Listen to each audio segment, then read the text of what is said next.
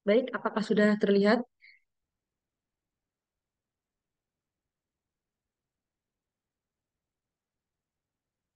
Ibu, Baik, silakan. langsung saja. Terlebih dahulu, saya akan memaparkan mengenai latar belakang adanya kasus ini.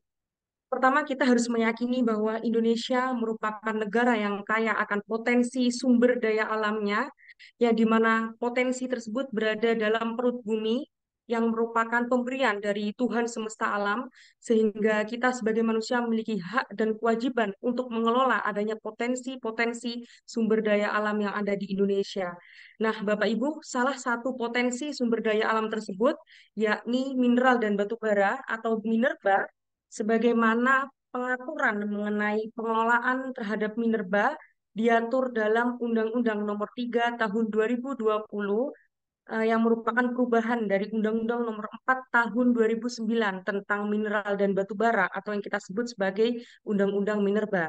Nah, Bapak Ibu, undang-undang ini diharapkan dapat mengakomodir adanya terkait dengan pengelolaan dalam sektor pertambangan di Indonesia, sekaligus menjadi sebuah pedoman dalam hal memberikan manfaat secara ekonomis terhadap seluruh masyarakat yang ada di Indonesia. Namun faktanya saat ini masih terdapat sengketa pertambangan. Salah satunya adalah sengketa antara pelaku usaha dengan pemerintah, sebagaimana dalam kegiatan catatan hukum oleh Pusat kali ini, kita mengambil salah satu contoh sengketa pertambangan, yakni yang terdapat dalam putusan Pengadilan Tata Usaha Negara nomor 18 garing G garing 2022 garing Pengadilan Tata Usaha Negara titik Makassar. Nah, Bapak Ibu, dalam putusan tersebut adanya sengketa antara pelaku usaha dengan pemerintah berkaitan dengan permohonan pemberian surat rekomendasi atau surat pengantar sebagai salah satu syarat dari keenam syarat untuk mengajukan IUP OP para pelaku usaha dalam sistem MODI. Nah, mengapa sih sistem MODI ini menjadi penting bagi para pelaku usaha? Karena sistem MODI ini merupakan sebuah basis data untuk mengelola seluruh data perusahaan mineba di lingkungan Direktorat Jenderal Mineba. Beberapa alasan mengapa kami Mohon mengambil maaf, Mbak putusan Oli, ini. ini Baik, eh, oke oke. Tadi ada trouble sepertinya di suara. Sekarang sudah mulai eh, bagus. Silakan, Mbak. baik, terima kasih Mbak Maria. Baik, saya lanjutkan bahwa terdapat beberapa alasan mengapa kami mengambil putusan ini dari sekian putusan sengketa pertambangan pada tahun 2022, dikarenakan sistem MODI ini menjadi sistem yang sangat penting bagi para pelaku usaha untuk mengetahui terkaitan dengan pengelolaan data perusahaan mineral dan juga batu bara, yang kemudian ternyata terdapat beberapa kasus yang hampir sama dengan contoh putusan kali ini, sehingga kita akan sama-sama di sini menganalisa serta mengoreksi di manakah letak kesalahan.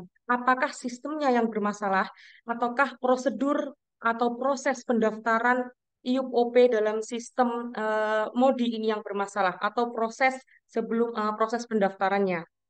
Nah, terkait dengan putusan ini, terdapat tiga standing position yang harus kita pahami, yakni penggugat adalah 19 badan hukum perdata, yakni 19 badan usaha di bidang pertambangan nikel yang mengajukan gugatan terhadap Dinas ESDM Provinsi Sulawesi Selatan atas objek gugatan, yakni Surat Kepala Dinas SDM Provinsi Sulawesi Selatan nomor 540 garing 1859 garing DESDM tertanggal 3 Desember tahun 2021 perihal penyampaian.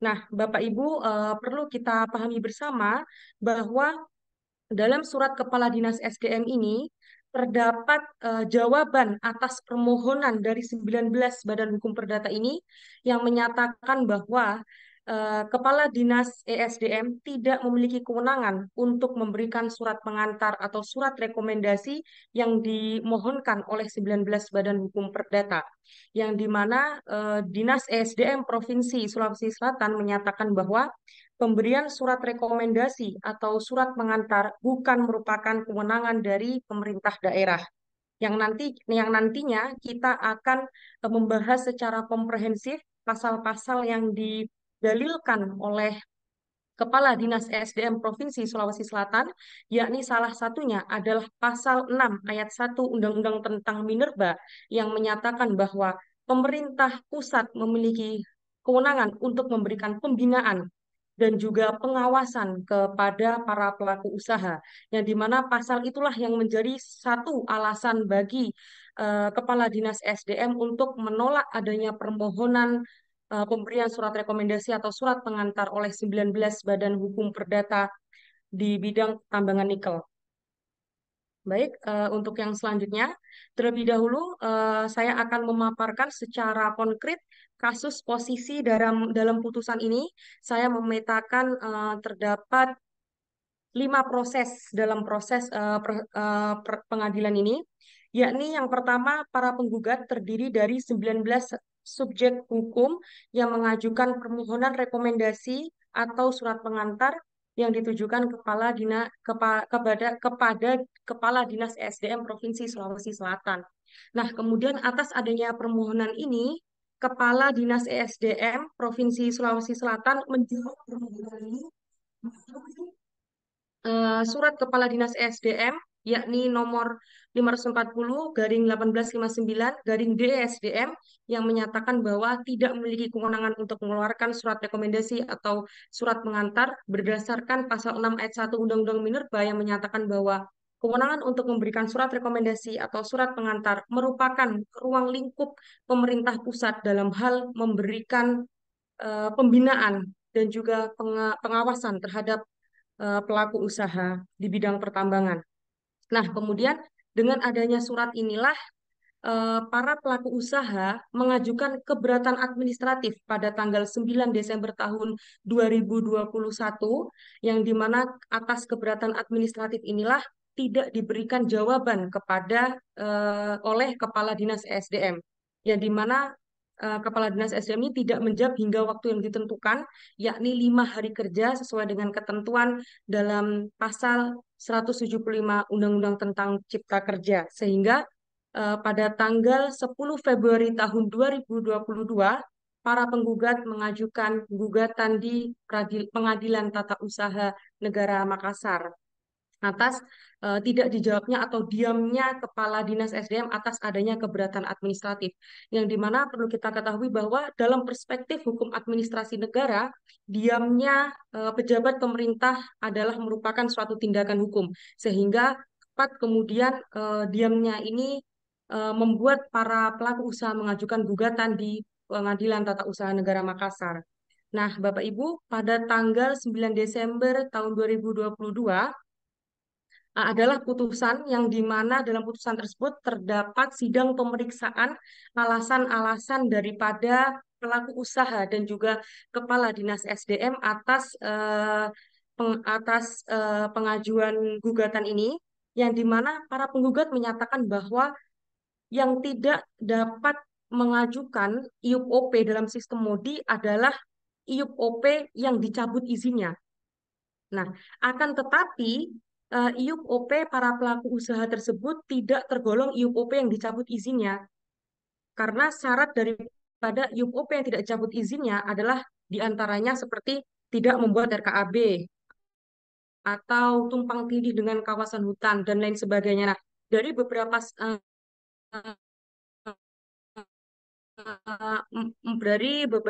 syarat tidak memenuhi syarat tersebut, sehingga tepat dikatakan IUP-nya masih aktif dan dapat diajukan dalam sistem MODI. Nah, fakta juga dalam putusan itu bahwa IUP para pelaku usaha ini ternyata sudah diperpanjang hingga 20 tahun, sehingga masih layak untuk diajukan ke dalam syarat sistem MODI.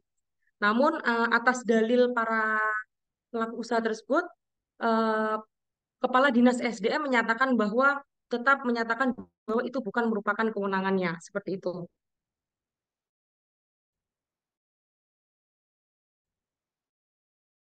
Nah, untuk bukti dalam pemeriksaan tersebut, para pelaku usaha meminta atau membuat petitum, yakni mengabulkan gugatan penggugat untuk seluruhnya, menyatakan batal atau tidak sah objek sengketa, yakni surat Kepala Dinas SDM Provinsi Sulawesi Selatan, kemudian mewajibkan tergugat untuk mencabut objek sengketa, dan mewajibkan tergugat untuk menerbitkan keputusan tata usaha negara baru berupa surat pengantar yang menyatakan IUP OP para penggugat memenuhi syarat untuk didaftarkan ke dalam sistem Minerba One Data Indonesia atau sistem MODI dan menghukum tergugat untuk membayar seluruh biaya yang timbul dalam perkara.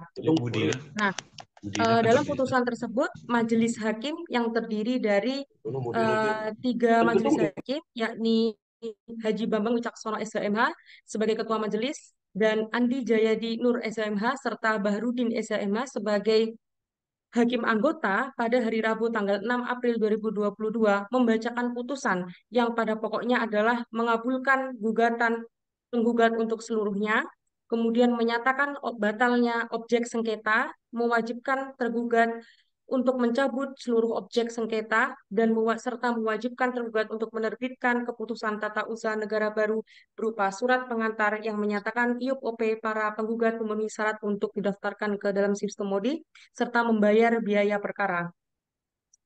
Nah, baik, pertimbangan hukum dalam putusan tersebut, yakni yang pertama adalah benar objek sengketa, yakni surat Kepala DSDM Provinsi Sulawesi Selatan, kemudian syarat formal gugatan, yakni harus adanya kepentingan para penggugat, yakni adanya dampak yang dirugikan oleh para oleh tergugat kepada penggugat. Sebagaimana dampak yang dirugikan ini bagi para penggugat adalah tidak adanya kepastian hukum bagi penggugat untuk mendaftarkan dirinya ke dalam sistem MODI sebagai upaya untuk memperlancar dalam proses mengetahui atau melihat atau mengelola data perusahaan di bidang minerba. Kemudian dampak tersebut diatur dalam pasal 53 ayat 1 Undang-Undang PTUN, kemudian legal standing para penggugat, serta tenggang waktu pengajuan gugatan, sebagaimana telah saya sampaikan tadi bahwa 5 hari tidak dijawab keberatan administratif, sehingga dapat diajukan selama kurun waktu 90 hari ini untuk diajukan gugatan ke Pengadilan Tata Usaha Negara. Nah, Bapak Ibu, puncak daripada diskusi kita pada siang hari ini adalah menjawab, benarkah tergugat tidak berwenang mengeluarkan surat rekomendasi? Kemudian, benarkah tindakan daripada tergugat tersebut adalah merupakan suatu tindakan yang dalam ruang lingkup kewenangan pemerintah pusat, yakni pasal 6 ayat 1 Undang-Undang tentang Minerba. Nah, untuk menjawab pertanyaan krusial ini, lebih lanjut akan disampaikan oleh narasumber kita yang kedua pada siang hari ini, yakni Bang Muhammad Wirdan Saifullah. Namun terlebih dahulu, saya akan melimpahkan sesi untuk pemaparan materi yang selanjutnya, yakni kepada MC sekaligus moderator kita pada siang hari ini. Saya persilahkan kepada Mbak Maria untuk melanjutkan. Terima kasih. Baik, terima kasih Mbak Oli atas penyampaian materinya. Tadi sudah dijelaskan dengan runtut bagaimana posita dan atau posisi kasusnya, apa saja petitum dari para penggugat dan juga eh, pertimbangan Majelis Hakim PTUN Makassar dan pertimbangan hukumnya begitu. Baik, peserta yang saya hormati, untuk selanjutnya kita akan beralih ke analisa kasus yang mana dalam ini akan disampaikan oleh Mas Muhammad Wirdan Syarullah. Padanya kami persilakan. Oke, baik. Terima kasih Mbak Maria atas kesempatannya. Bismillahirrahmanirrahim. Assalamualaikum warahmatullahi wabarakatuh. Alhamdulillahirabbil alamin. Assalatu wassalamu ala asyrofil anbiya wal mursalin. Sayyidina Muhammadin wa ala alihi wa ashabihi ajma'in, amma ba'du. Alhamdulillah kita bisa berjumpa bersama di acara diskusi terkait dengan catatan hukum putusan pengadilan dalam perkara pendaftaran IUP pertambangan di dalam MODI. Senang sekali rasanya bertemu Bapak Ibu, rekan-rekan sekalian pada kesempatan kali ini untuk seri diskusi hukum yang rutin diselenggarakan oleh Pusat Studi Hukum Energi dan Pertambangan. Pada kesempatan siang hari ini kami mengapresiasi luar biasa sekali Bapak Ibu, rekan-rekan sekalian yang masih semangat mengikuti seri diskusi hukum yang PUSEP selenggarakan. Kami mengucapkan terima kasih banyak telah hadir, telah meluangkan banyak waktunya. Tentu rekan-rekan sekalian memiliki kesibukan masing-masing, namun di tengah-tengah kesibukan itu rekan-rekan masih meluangkan waktu untuk berdiskusi dengan kami, untuk bercengkrama dalam ruang Zoom ini. Alhamdulillah, pada kesempatan kali ini kami diberikan kesempatan untuk menyampaikan beberapa catatan hukum, khususnya terkait dengan putusan yang tadi telah disampaikan oleh Mbak Holi. Nah, menarik teman-teman, Bapak Ibu sekalian berbicara terkait dengan sengketa hukum, khususnya yang masuk ke ranah pengadilan.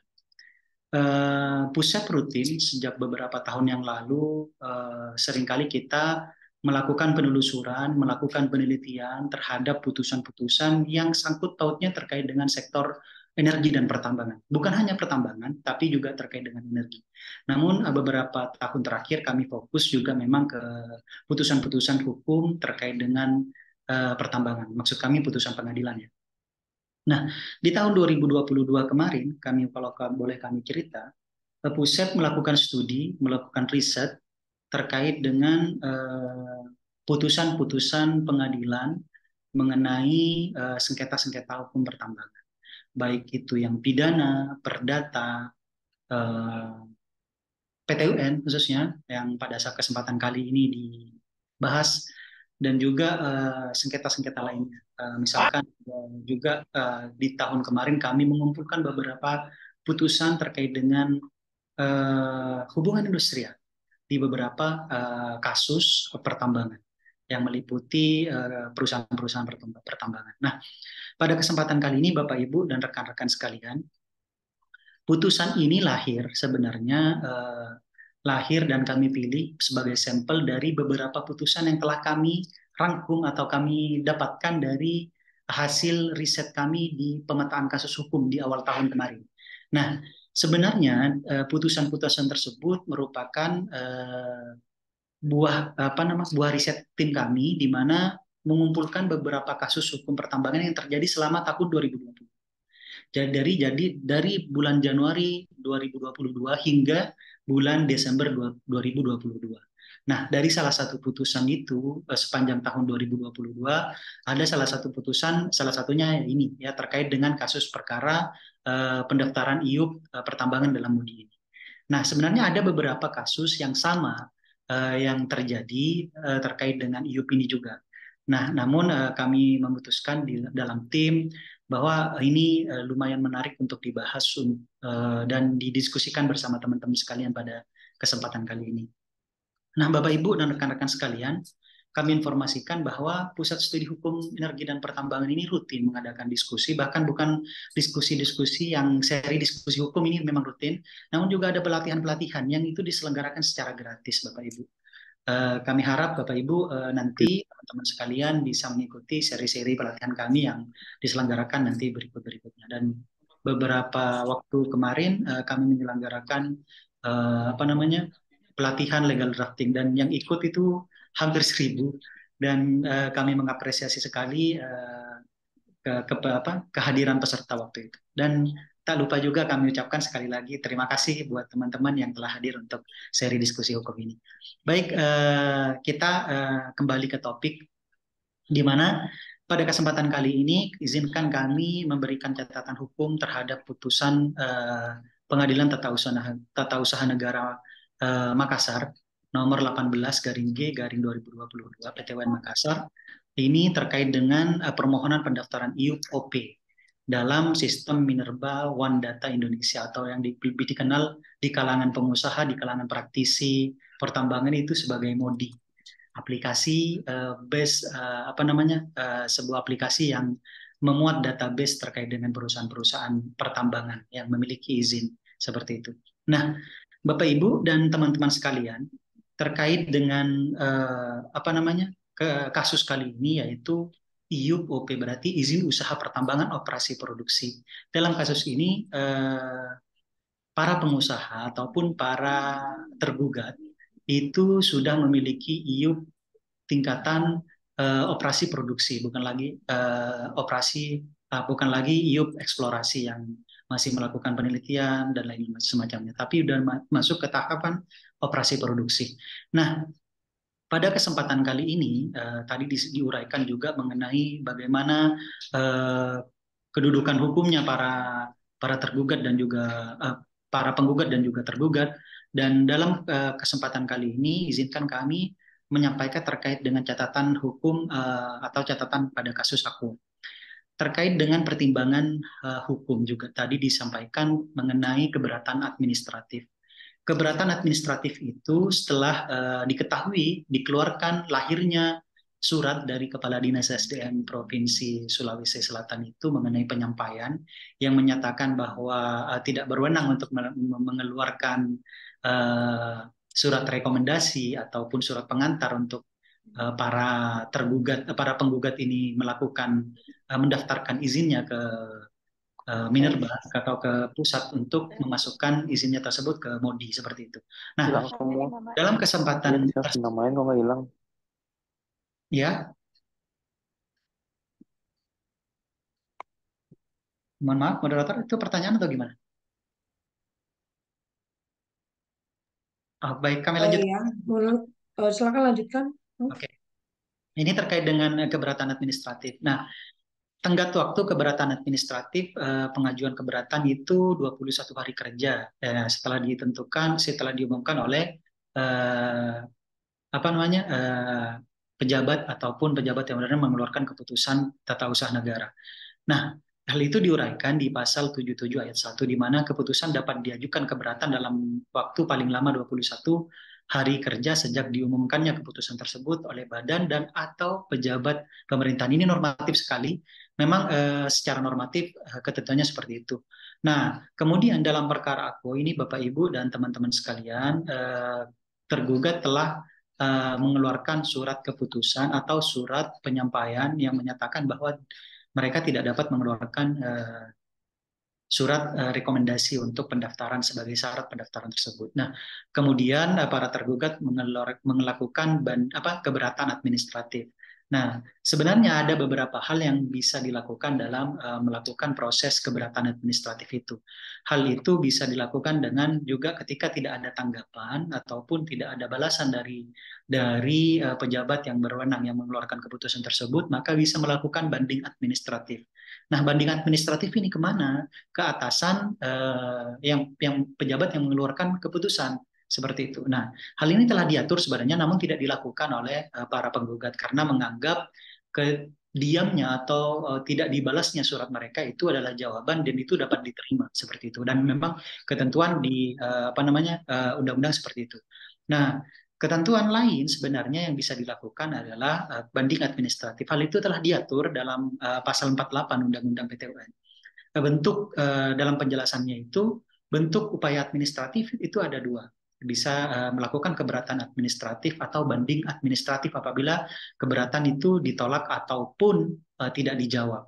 Seperti itu. Nah, keberatan administratif atau banding administratif nantinya itu diatur dalam pasal 78 ayat 2, di mana banding sebagaimana dimaksud ayat 1, dalam artian adalah keberatan administratif tadi, diajukan secara tertulis kepada atasan pejabat yang menetapkan keputusan. Nah, hal ini menjadi dasar sebenarnya para penggugat itu bisa mengajukan banding administratif sebagai langkah hukum lanjutan apabila surat keberatan mereka ataupun surat keberatan administratif mereka terhadap keputusan atau surat penyampaian tentang penyampaian dari Kepala Dinas SDM Provinsi Sulawesi Selatan itu tidak dijawab ataupun ditolak. Kalau misalkan ditolak seperti itu.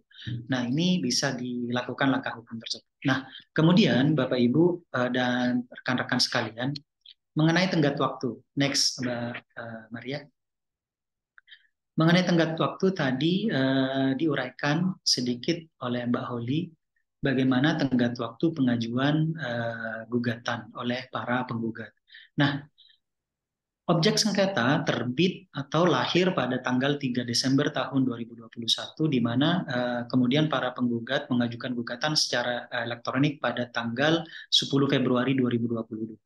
Nah, kemudian selang beberapa hari berikutnya, di tanggal 3/9 mengajukan administratif, keberatan administratif namun tidak ditanggapi dan lain semacamnya. Kemudian 1 bulan berikutnya 2 bulan maksud kami sekitar tanggal 10 Februari para penggugat tersebut mengajukan gugatan ke Pengadilan Tata Usaha Negara. Ini merupakan langkah akhir sebenarnya. Langkah akhir dalam artian langkah akhir pemerintah penggugat yang merasa kepentingan memiliki kepentingan terhadap terbitnya keputusan itu, maka bisa mengajukan upaya terakhirnya adalah ke Pengadilan Tata Usaha Negara. Apakah ada upaya lain? Ada sebenarnya apabila ditemukan indikasi maladministratif. Kemana mengajukannya? Ke Ombudsman Republik Indonesia.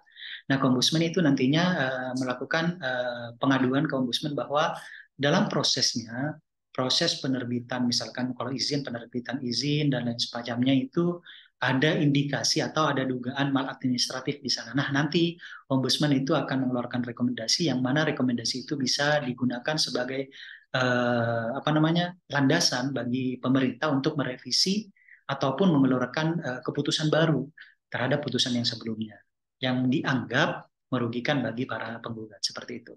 Nah, di samping itu Bapak Ibu dan rekan-rekan sekalian, kami beranggapan atas catatan hukum tadi yang disampaikan oleh pemateri pertama bahwa dalam ketentuan tenggat waktu ini tidak ada indikasi keterlambatan waktu dalam mengajukan gugatan selama 90 hari sejak keputusan itu diterima, dan sehingga telah memenuhi unsur pasal 55 Undang-Undang 5 tahun Undang-Undang tentang Tata Usaha Negara, Pengadilan Tata Usaha Negara. Nah, oleh sebab itu secara normatif kasus ini untuk tenggat waktunya sudah sesuai seperti itu. Nah, kemudian ada hal yang menarik sebenarnya dari kasus ini. Menariknya di mana? Karena dari beberapa hasil penelusuran kami melalui Direktori Putusan Mahkamah Agung itu, karena basis penelitian kami, basis riset kami adalah putusan Mahkamah Agung, di mana di dalam direktorinya itu ketika kita menuliskan kata kunci pertambangan, maka di situ akan keluar banyak putusan-putusan terkait dengan kasus atau sengketa pertambangan, tak terkecuali putusan-putusan yang berkaitan dengan sengketa tata usaha negara. Nah, kami melihat beberapa hal yang menjadi penyebabnya adalah polemik dari Undang-Undang 3 tahun 2020. Hal ini, Undang-Undang 3 ini sudah telah menjadi polemik, menjadi perdebatan sejak awal kelahirannya. Sejak awal kelahiran Undang-Undang 3 ini telah banyak menyita perhatian banyak praktisi hukum, khususnya yang bergelut di bidang pertambangan, banyak menyita perhatian publik, banyak menyita atensi publik dalam hal kelahirannya dianggap dianggap belum memenuhi syarat-syarat formil maupun ada materinya yang bertentangan dengan Undang-Undang Dasar seperti itu. Nah,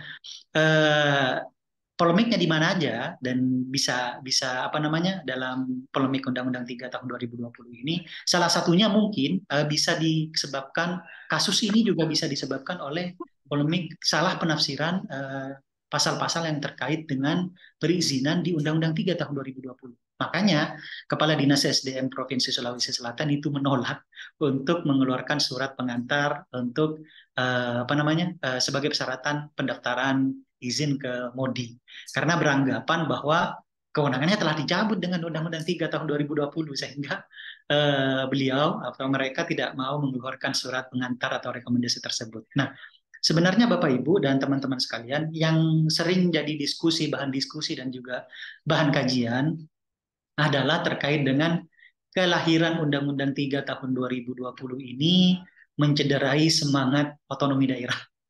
Karena memang kehadiran undang-undang ini sentralistik, sehingga menyebabkan yang semula perizinan itu masih di daerah, kemudian ditarik semuanya ke pusat sehingga menjadi sentralistik, dan hanya ada beberapa izin yang akhirnya didelegasikan melalui Perpres, yang sebenarnya nanti di slide berikutnya kami akan mencoba menjelaskan terkait itu. Nah, Bapak Ibu, kalau kita melihat di pasal 18A ayat 2 Undang-Undang Dasar Negara Republik Indonesia tahun 1945 itu yang menyatakan bahwa hubungan keuangan yang berhubungan menyatakan hubungan keuangan, pelayanan umum, pemanfaatan sumber daya alam dan sumber daya lainnya antara pemerintah pusat dan pemerintah daerah diatur dan dilaksanakan secara adil dan selaras berdasarkan undang-undang. Nah, kemudian di pasal 33 ayat 2 dan 3 juga disebutkan bahwa daerah sebagaimana bagian dari pemerintahan nasional secara konstitusional ikut berhak menguasai cabang-cabang produksi pertambangan mineral dan batu bara.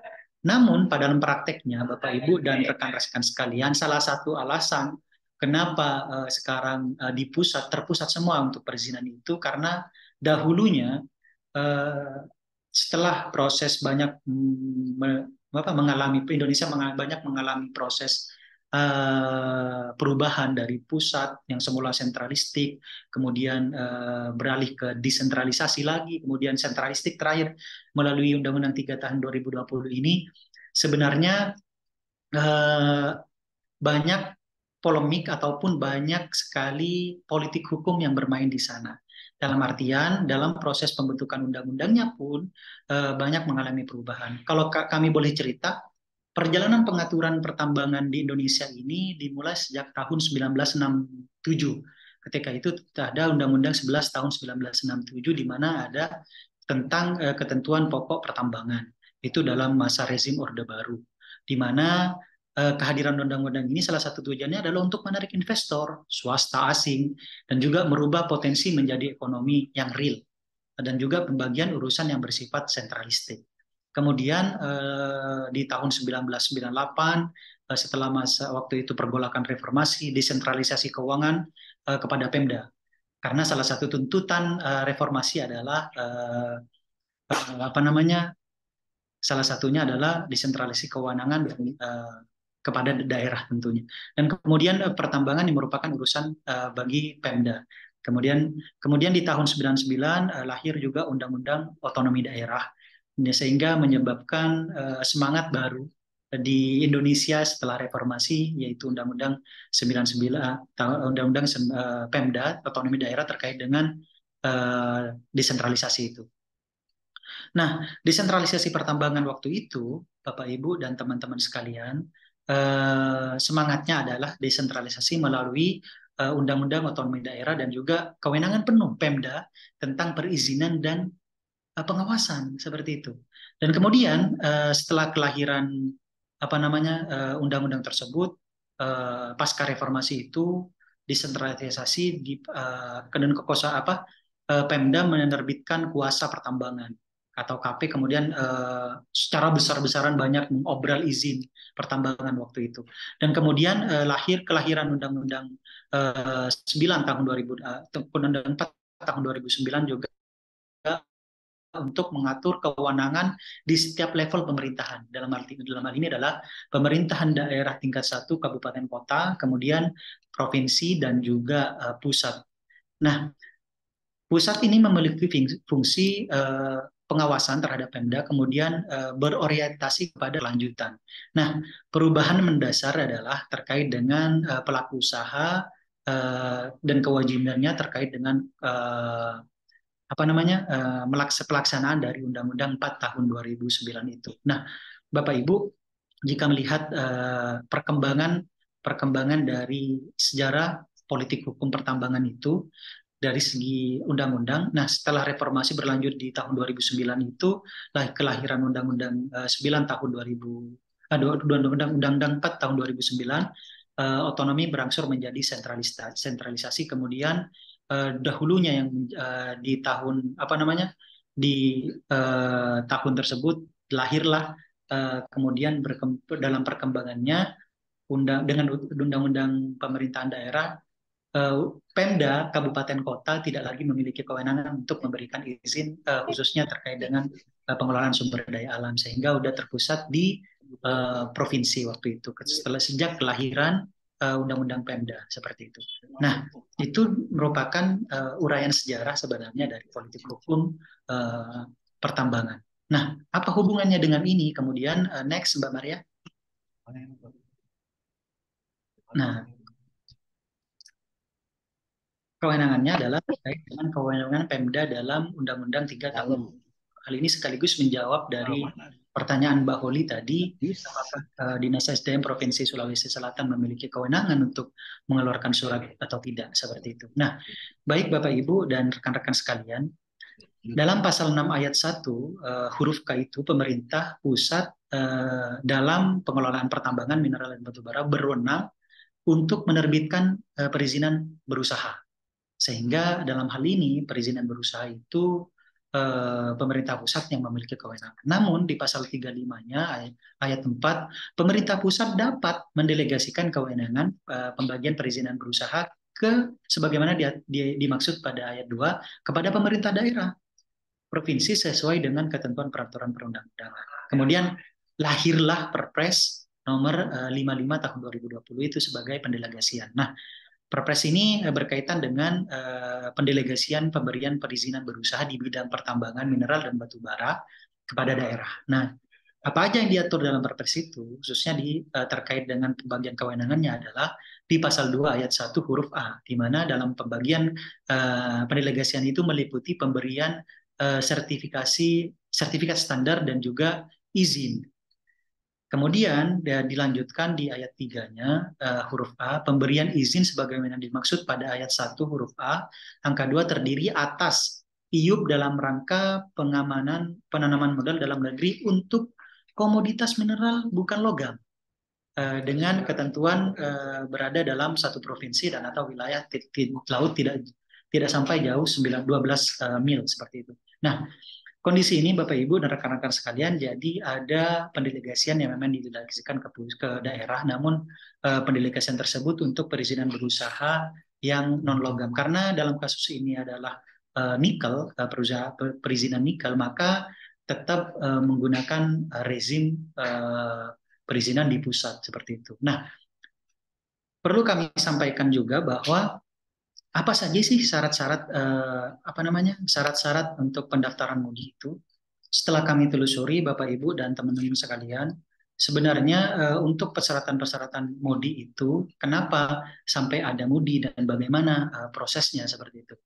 Kalau bisa diceritakan sebenarnya sejak kelahiran Undang-Undang 4 tahun 2009 karena waktu itu diberi pemerintah daerah kabupaten kota diberikan kewenangan untuk mengeluarkan izin, maka waktu itu ada istilah obral izin. Jadi misalkan paman saya jadi bupati di Kalimantan Timur, sebuah kota di Kalimantan Timur misalkan, bisa aja paman saya bilang, ini kamu mau izin nggak? Ini tak kasih. Itu akhirnya hal itulah menjadi mendorong ada penertiban semacam perizinan khususnya di minerba seperti itu. Nah, dalam perkembangannya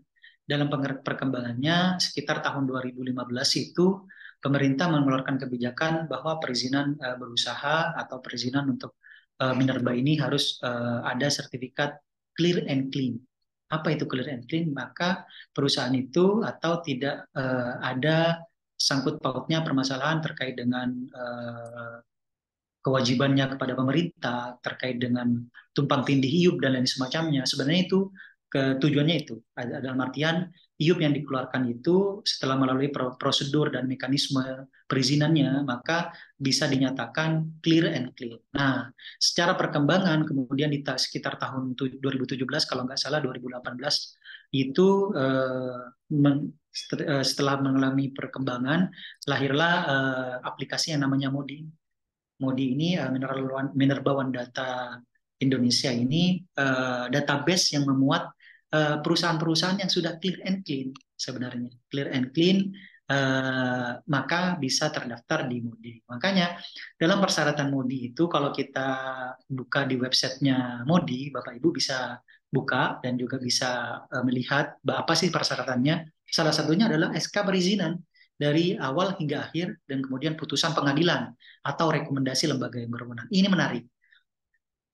Putusan pengadilan menjadi syarat untuk pendaftaran MUDI. Kenapa ada putusan pengadilan? Karena kita ketahui bahwa ada beberapa putusan itu yang dicabut oleh pemerintah misalkan. Nah, kemudian dalam proses pencabutan itu penggugat atau pemilik IUP, pemilik izin tidak terima atas pencabutan, kemudian mengajukan gugatan ke PT UN hingga tingkat kasasi misalkan dan dimenangkan. Nah, ini putusan pengadilan menjadi syarat untuk dilampirkan dalam proses apa namanya? Pendaftaran MODI. Dan kemudian juga ada rekomendasi lembaga yang berwenang. Rekomendasi ini apa? Rekomendasinya yang bisa mengeluarkan rekomendasi salah satunya adalah lembaga Ombudsman Republik Indonesia. Jadi misalkan kami sebagai pengusaha pertambangan, pengusaha yang memiliki izin usaha pertambangan operasi produksi di suatu daerah. Kemudian izin kami itu dicabut oleh pemerintah dan kami beranggapan bahwa proses pencabutan itu tidak sesuai ataupun ada dugaan maladministrasi, kita bisa melakukan pengaduan ke ombudsman. Nah, ombudsman nanti akan mengeluarkan rekomendasi. Nah, rekomendasi itu menjadi lampiran juga untuk persyaratan di pendaftaran MODI seperti itu. Nah, kemudian ada dokumen teknis dan persetujuan. Dokumen teknis ini macam-macam, banyak sekali, dan kemudian dokumen lingkungan dan persetujuan dan bukti pembayaran kewajiban keuangan. Ya, salah satunya adalah PNBP dan lain-lain.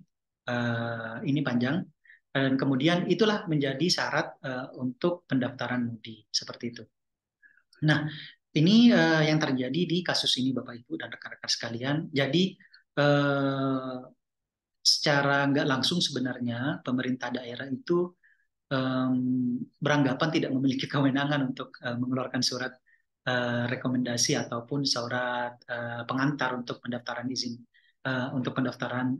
di MODI ini. Nah, kelahiran Perpres ini juga menjadi dasar. Hanya sebagian izin yang dilimpahkan atau didelegasikan ke pemerintah daerah. Next, lanjut Mbak Maria. Nah, ini informasi kepada Bapak Ibu dan rekan-rekan sekalian.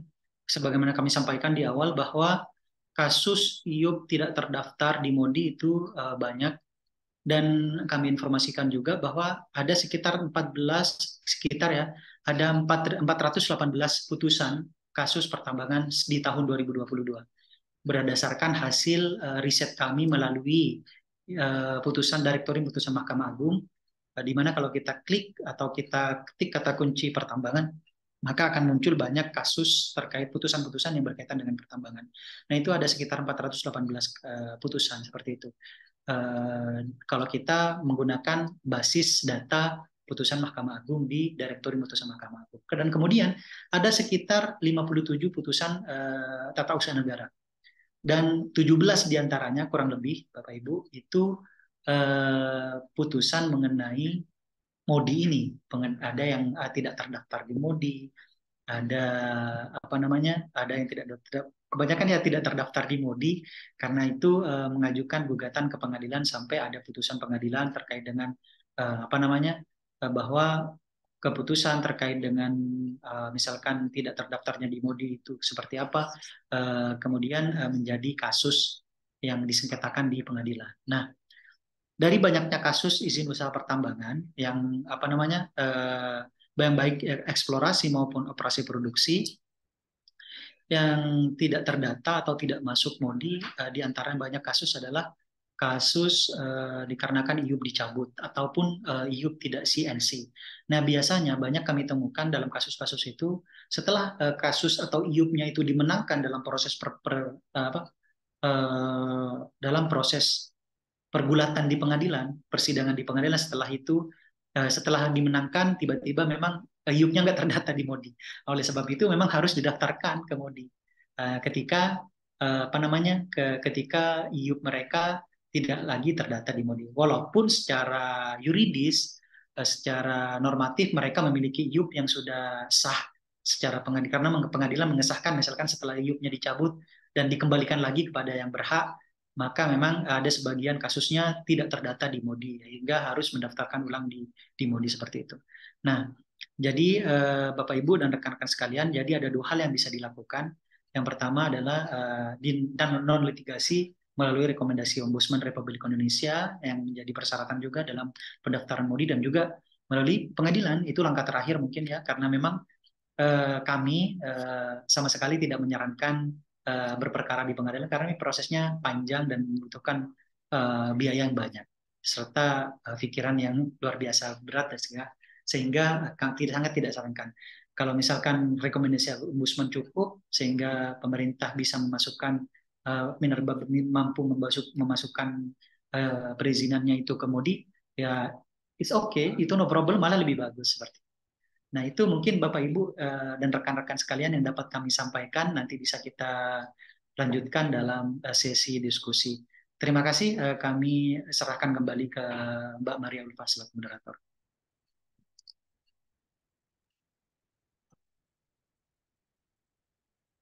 Baik, terima kasih Mas Firdan atas penyampaian materinya. Tadi sudah dijelaskan dengan secara komprehensif terkait dengan analisa kasus putusan Majelis Hakim PTN Makassar.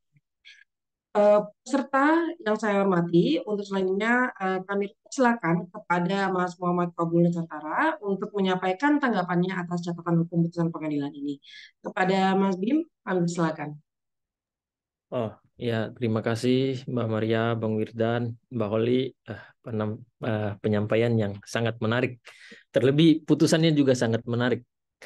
Ya, jarang-jarang tuh biasanya satu pelaku usaha biasanya lawan satu pejabat tata usaha negara, biasanya begitu. Cuma pada gugatan ini, pada kasus ini, dia 19 lawan satu ya, lawan Kepala Dinas Energi dan Sumber Daya Mineral Provinsi Sulawesi Selatan.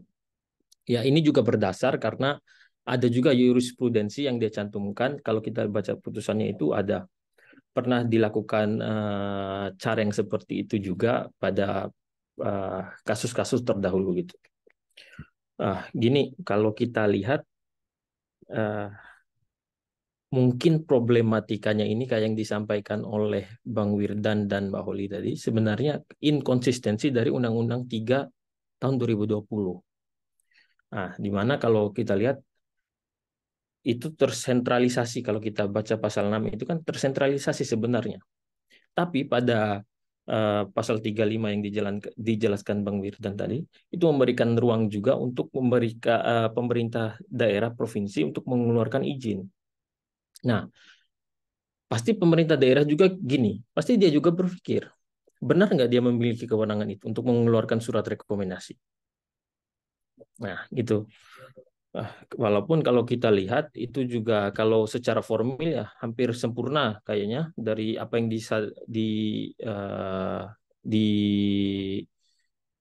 apa namanya secara formil gugatannya hampir sempurna karena telah memenuhi syarat-syarat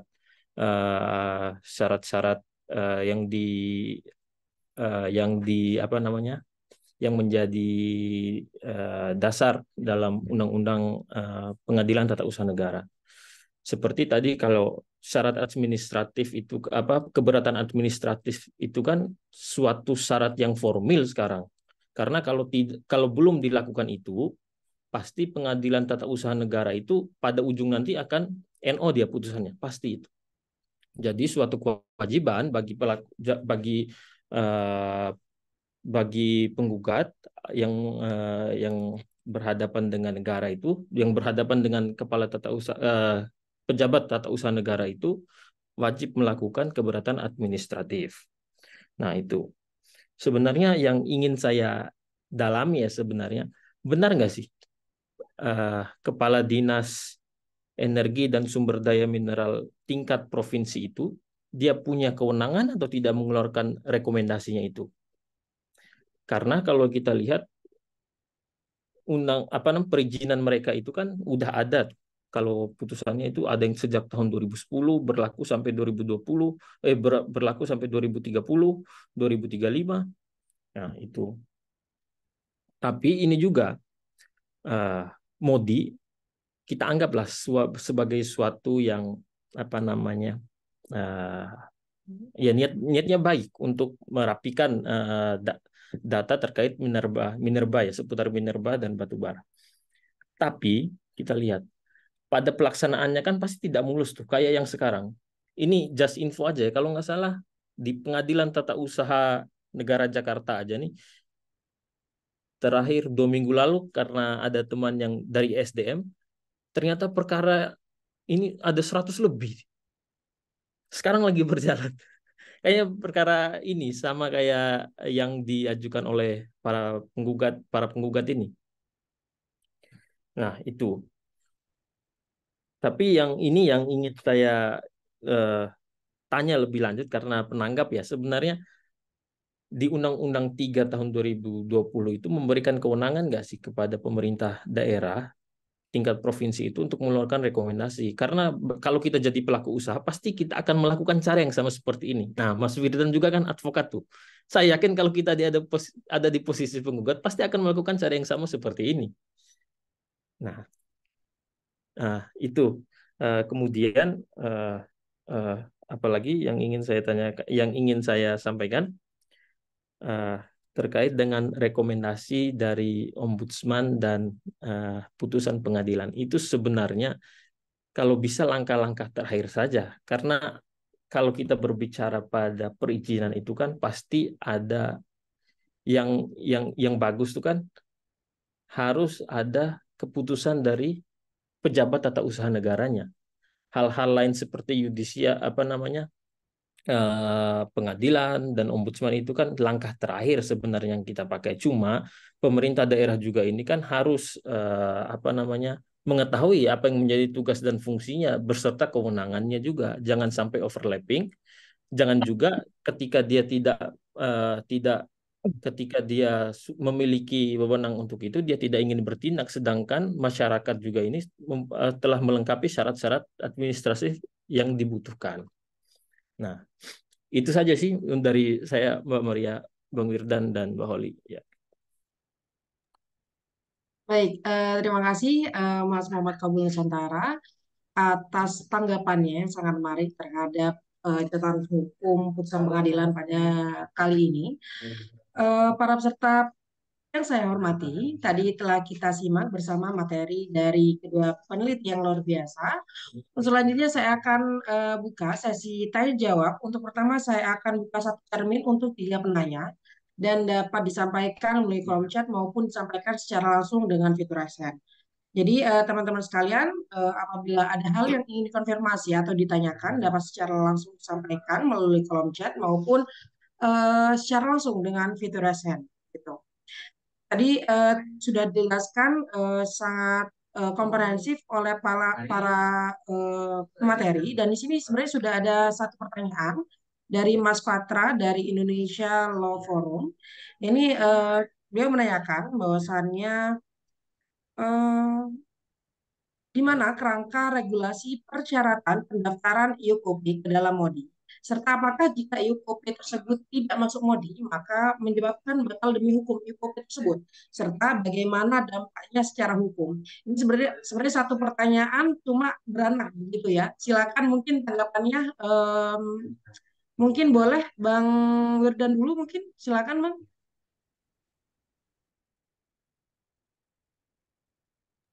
Baik, terima kasih pertanyaannya. Baik, terima kasih pertanyaannya luar biasa sekali. Sebenarnya tadi sudah kami singgung terkait dengan perizinan ini.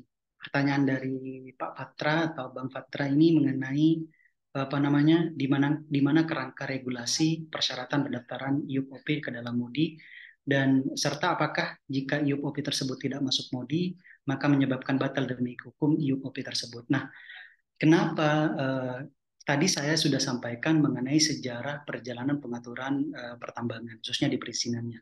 Nah, proses sejak kapan MODI ini ada? Sekitar tahun 2017 atau 2018 seperti itu, kalau nggak salah. Nah, kerangka regulasinya apabila itu perusahaan itu baru, maka itu udah ada keputusan menteri namanya nomor sekian. Kalau tidak salah itu nomor 15 tahun 2022. Yang sebelumnya ini sudah perubahan kedua kalau nggak salah. Itu sudah ada kerangka regulasinya. Nah, sebenarnya MODI ini adalah sarana atau database yang menjadi kewajiban bagi para pelaku usaha pertambangan. Nah, kewajibannya di mana? Kalau dulu sebelum ada MODI itu dalam bentuk sertifikat clear and clean namanya. Sertifikat clear and clean itu sejak kapan diadakan? Sejak carut marutnya perizinan usaha pertambangan itu di daerah pada waktu masih pemerintahan daerah memiliki kewenangan untuk mengeluarkan izin. Nah, pada waktu itu memang banyak perizinan pertambangan itu diobral oleh pemerintahan daerah, sehingga banyak istilah-istilah disebutkan bahwa timbul atau terbit muncul raja-raja baru di daerah. Sehingga banyak kasus hukum baik itu yang pidana maupun perdata, banyak bupati setelah dia lengser dari jabatannya kemudian terungkap bahwa dulu ada kasus perizinan pertambangan, suap izin pertambangan dan lain semacamnya. Kan bisa aja dulu, maksudnya karena kebebasan dia mengeluarkan izin, pemerintah daerah, kabupaten, kota itu bisa mengeluarkan izin pertambangan di daerahnya. Dengan potensi daerah di Indonesia, ada beberapa daerah di Indonesia yang memiliki potensi luar biasa sumber daya alamnya, maka bupati dengan waktu itu memang memiliki kewenangan bisa ngobrol izin seperti itu. Bisa ngobrol izin. Nah, dengan kejadian itu maka di tahun 2014 sejak terbitnya undang-undang pemerintahan daerah itu, maka sejak pemerintah kabupaten kota itu sudah tidak lagi memiliki kewenangan untuk untuk mengeluarkan izin usaha pertambangan, maka pada waktu itu pemerintah mengeluarkan kebijakan mengenai sekitar di tahun 2015 mengenai penertiban izin usaha pertambangan. Karena waktu itu pada saat rezim perizinan masih dipegang oleh pemerintah daerah kabupaten kota, banyak satu lahan tumpang tindih izin.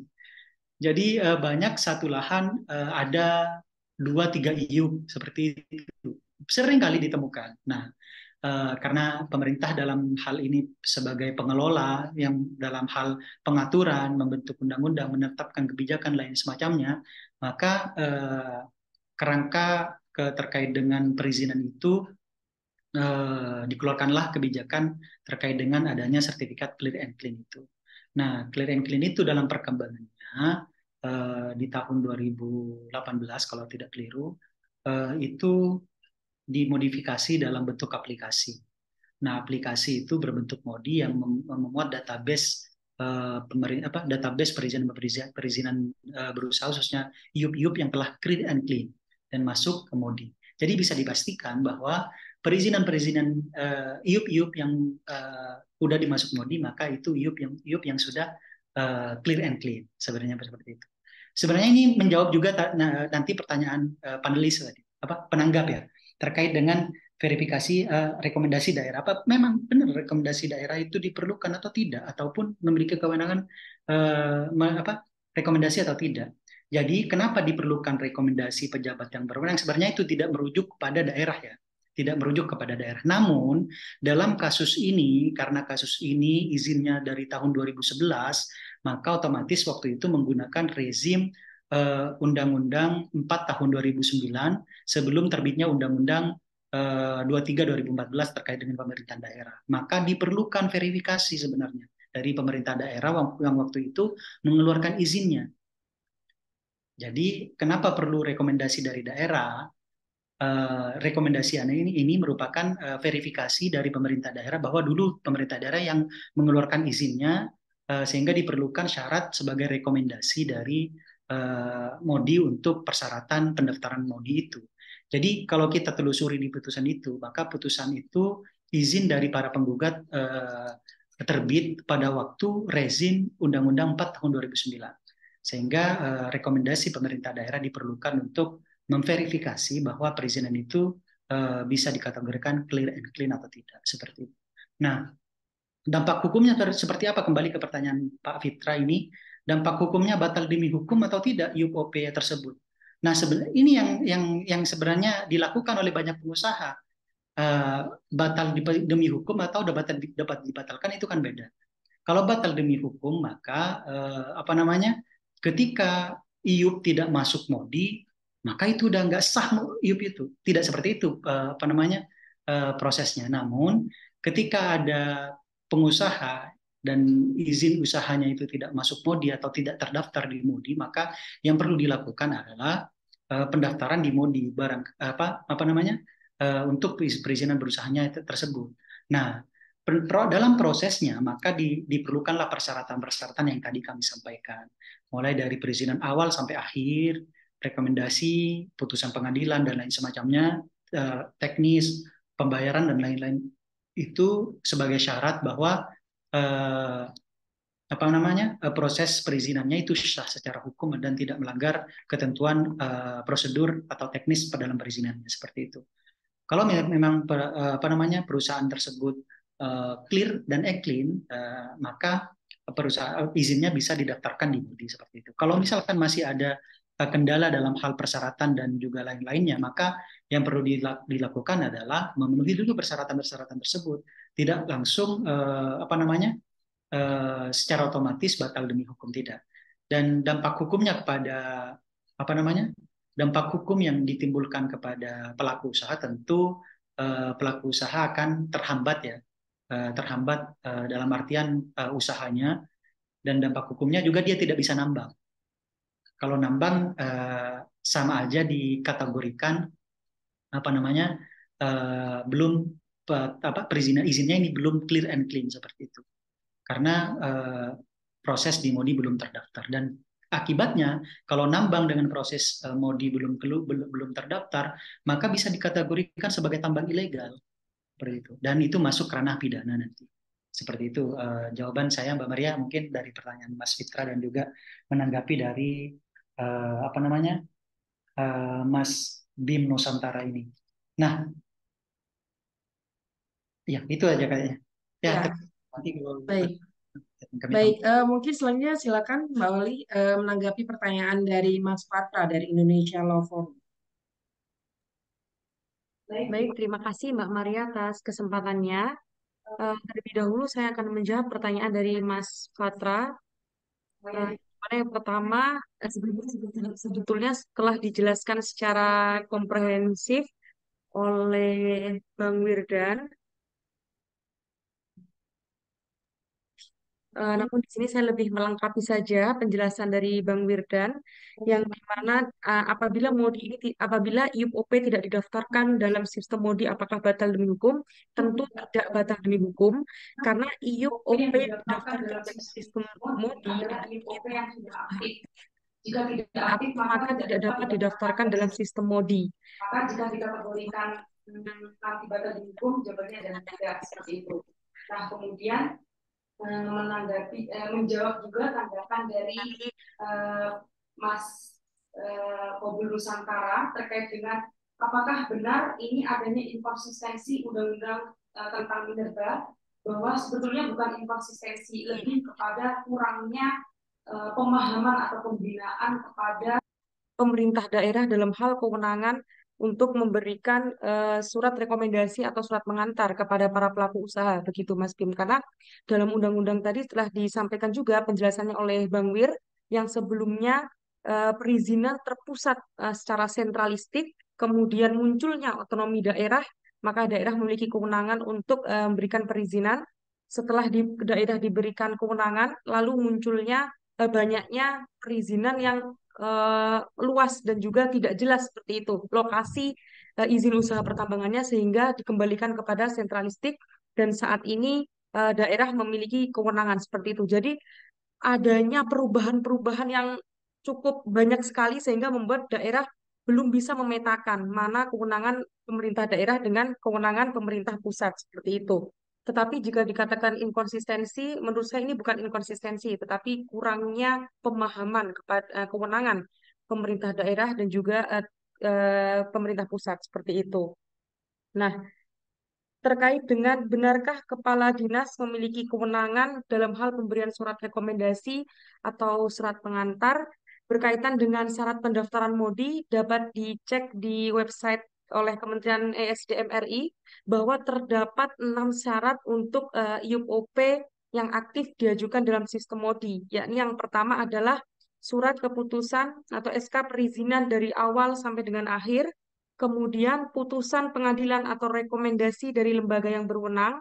Selanjutnya adalah surat pengantar dari pemerintah provinsi, yang dalam contoh putusan ini adalah kita masuk dalam syarat yang ketiga, yakni surat pengantar dan dari pemerintah provinsi, dalam hal ini adalah Dinas ESDM Provinsi Sulawesi Selatan. Kemudian terkait dengan apakah kewenangan pemerintah daerah ini bersifat over kewenangan, menurut saya tidak bersifat over kewenangan, hanya kurang pemahaman berkaitan dengan tupoksi pemerintah daerah dan juga pemerintah pusat dalam hal melakukan pengelolaan terhadap pertambangan mineral dan batu bara. Seperti itu. Terima kasih. Oke, baik Mbak Oli. Terima kasih atas jawabannya dari pertanyaan dari Mas Fatra dari Indonesia Law Forum. Jadi tadi sudah secara lugas bahwasannya apakah dapat menyebabkan batal hukum apabila tidak masuk di MODI itu tidak ya, akan tetapi memang secara sistem di MODI tersebut adalah terregister begitu, register IUP OP tersebut begitu. Dan di sini masih ada pertanyaan Mbak Oli dan Mas Firdan. Ini ada pertanyaan dari Mas Trio Harley Martan. Ya, Ini matikan. kebetulan on cam. Silakan Mas Theo, kalau tidak ada kendala jaringan mungkin dapat disampaikan secara langsung.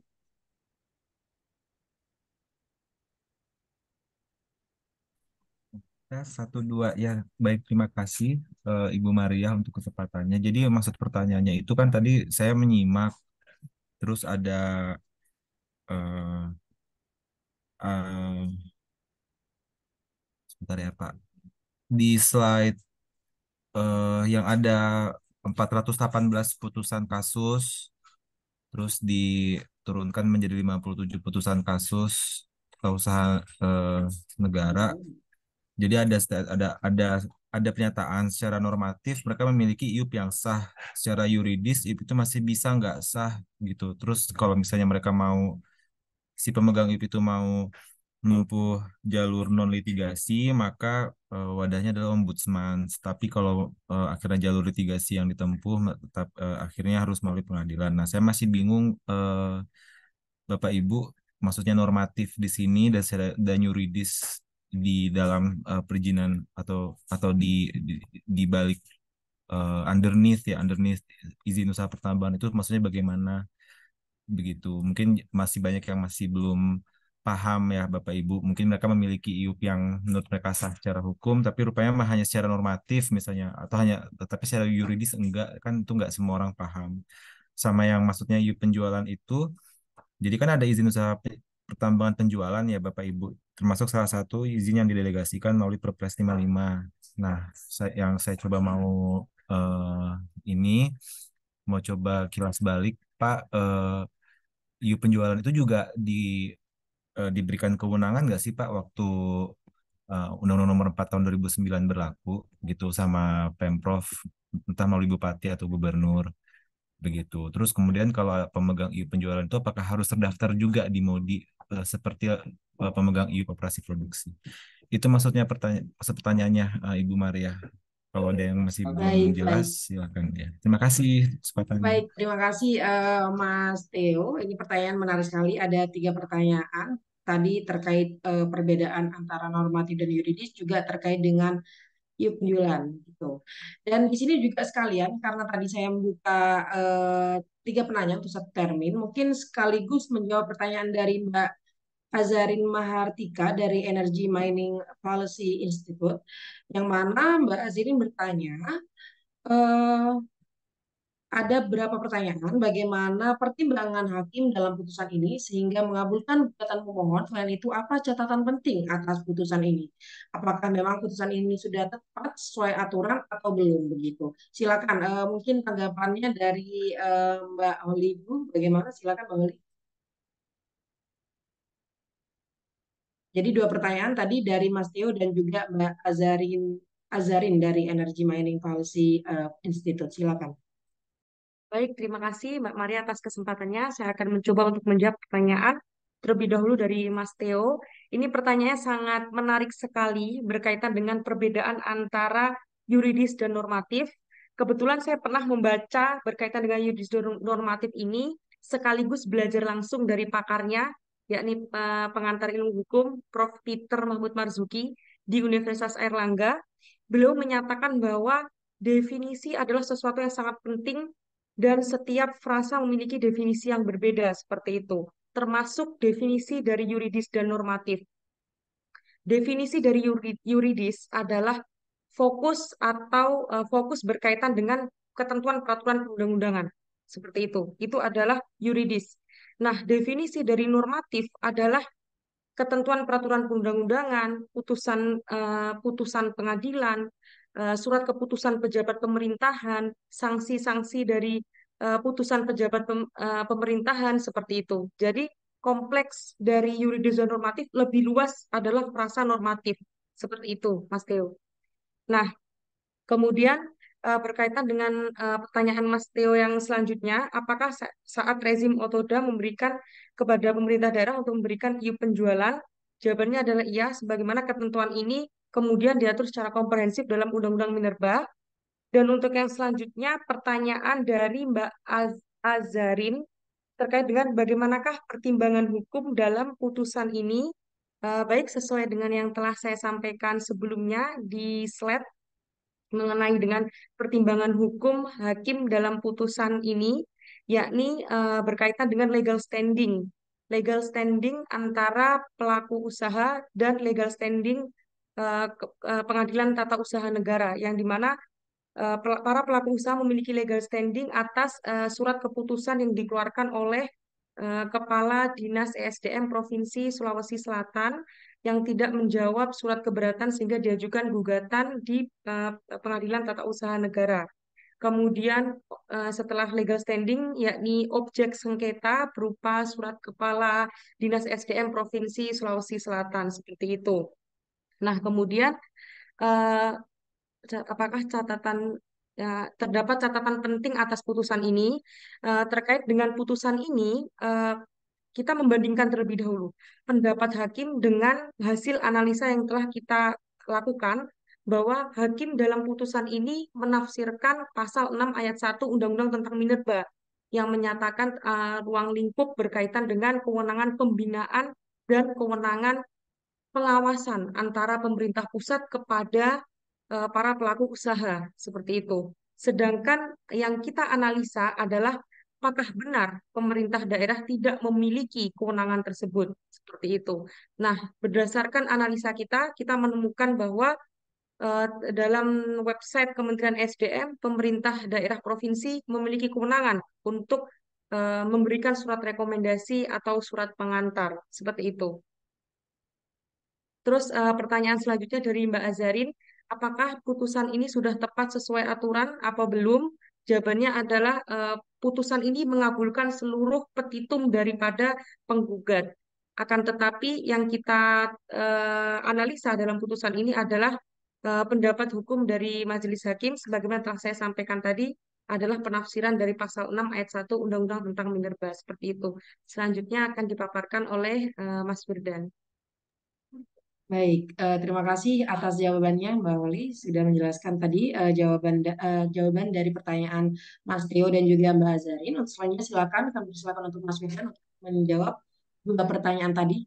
Oke, baik. Menarik sebenarnya yang disampaikan oleh Mas Theo ya tadi ya. Pertanyaannya sementara untuk normatif dan yuridis secara gamblang sebenarnya sudah di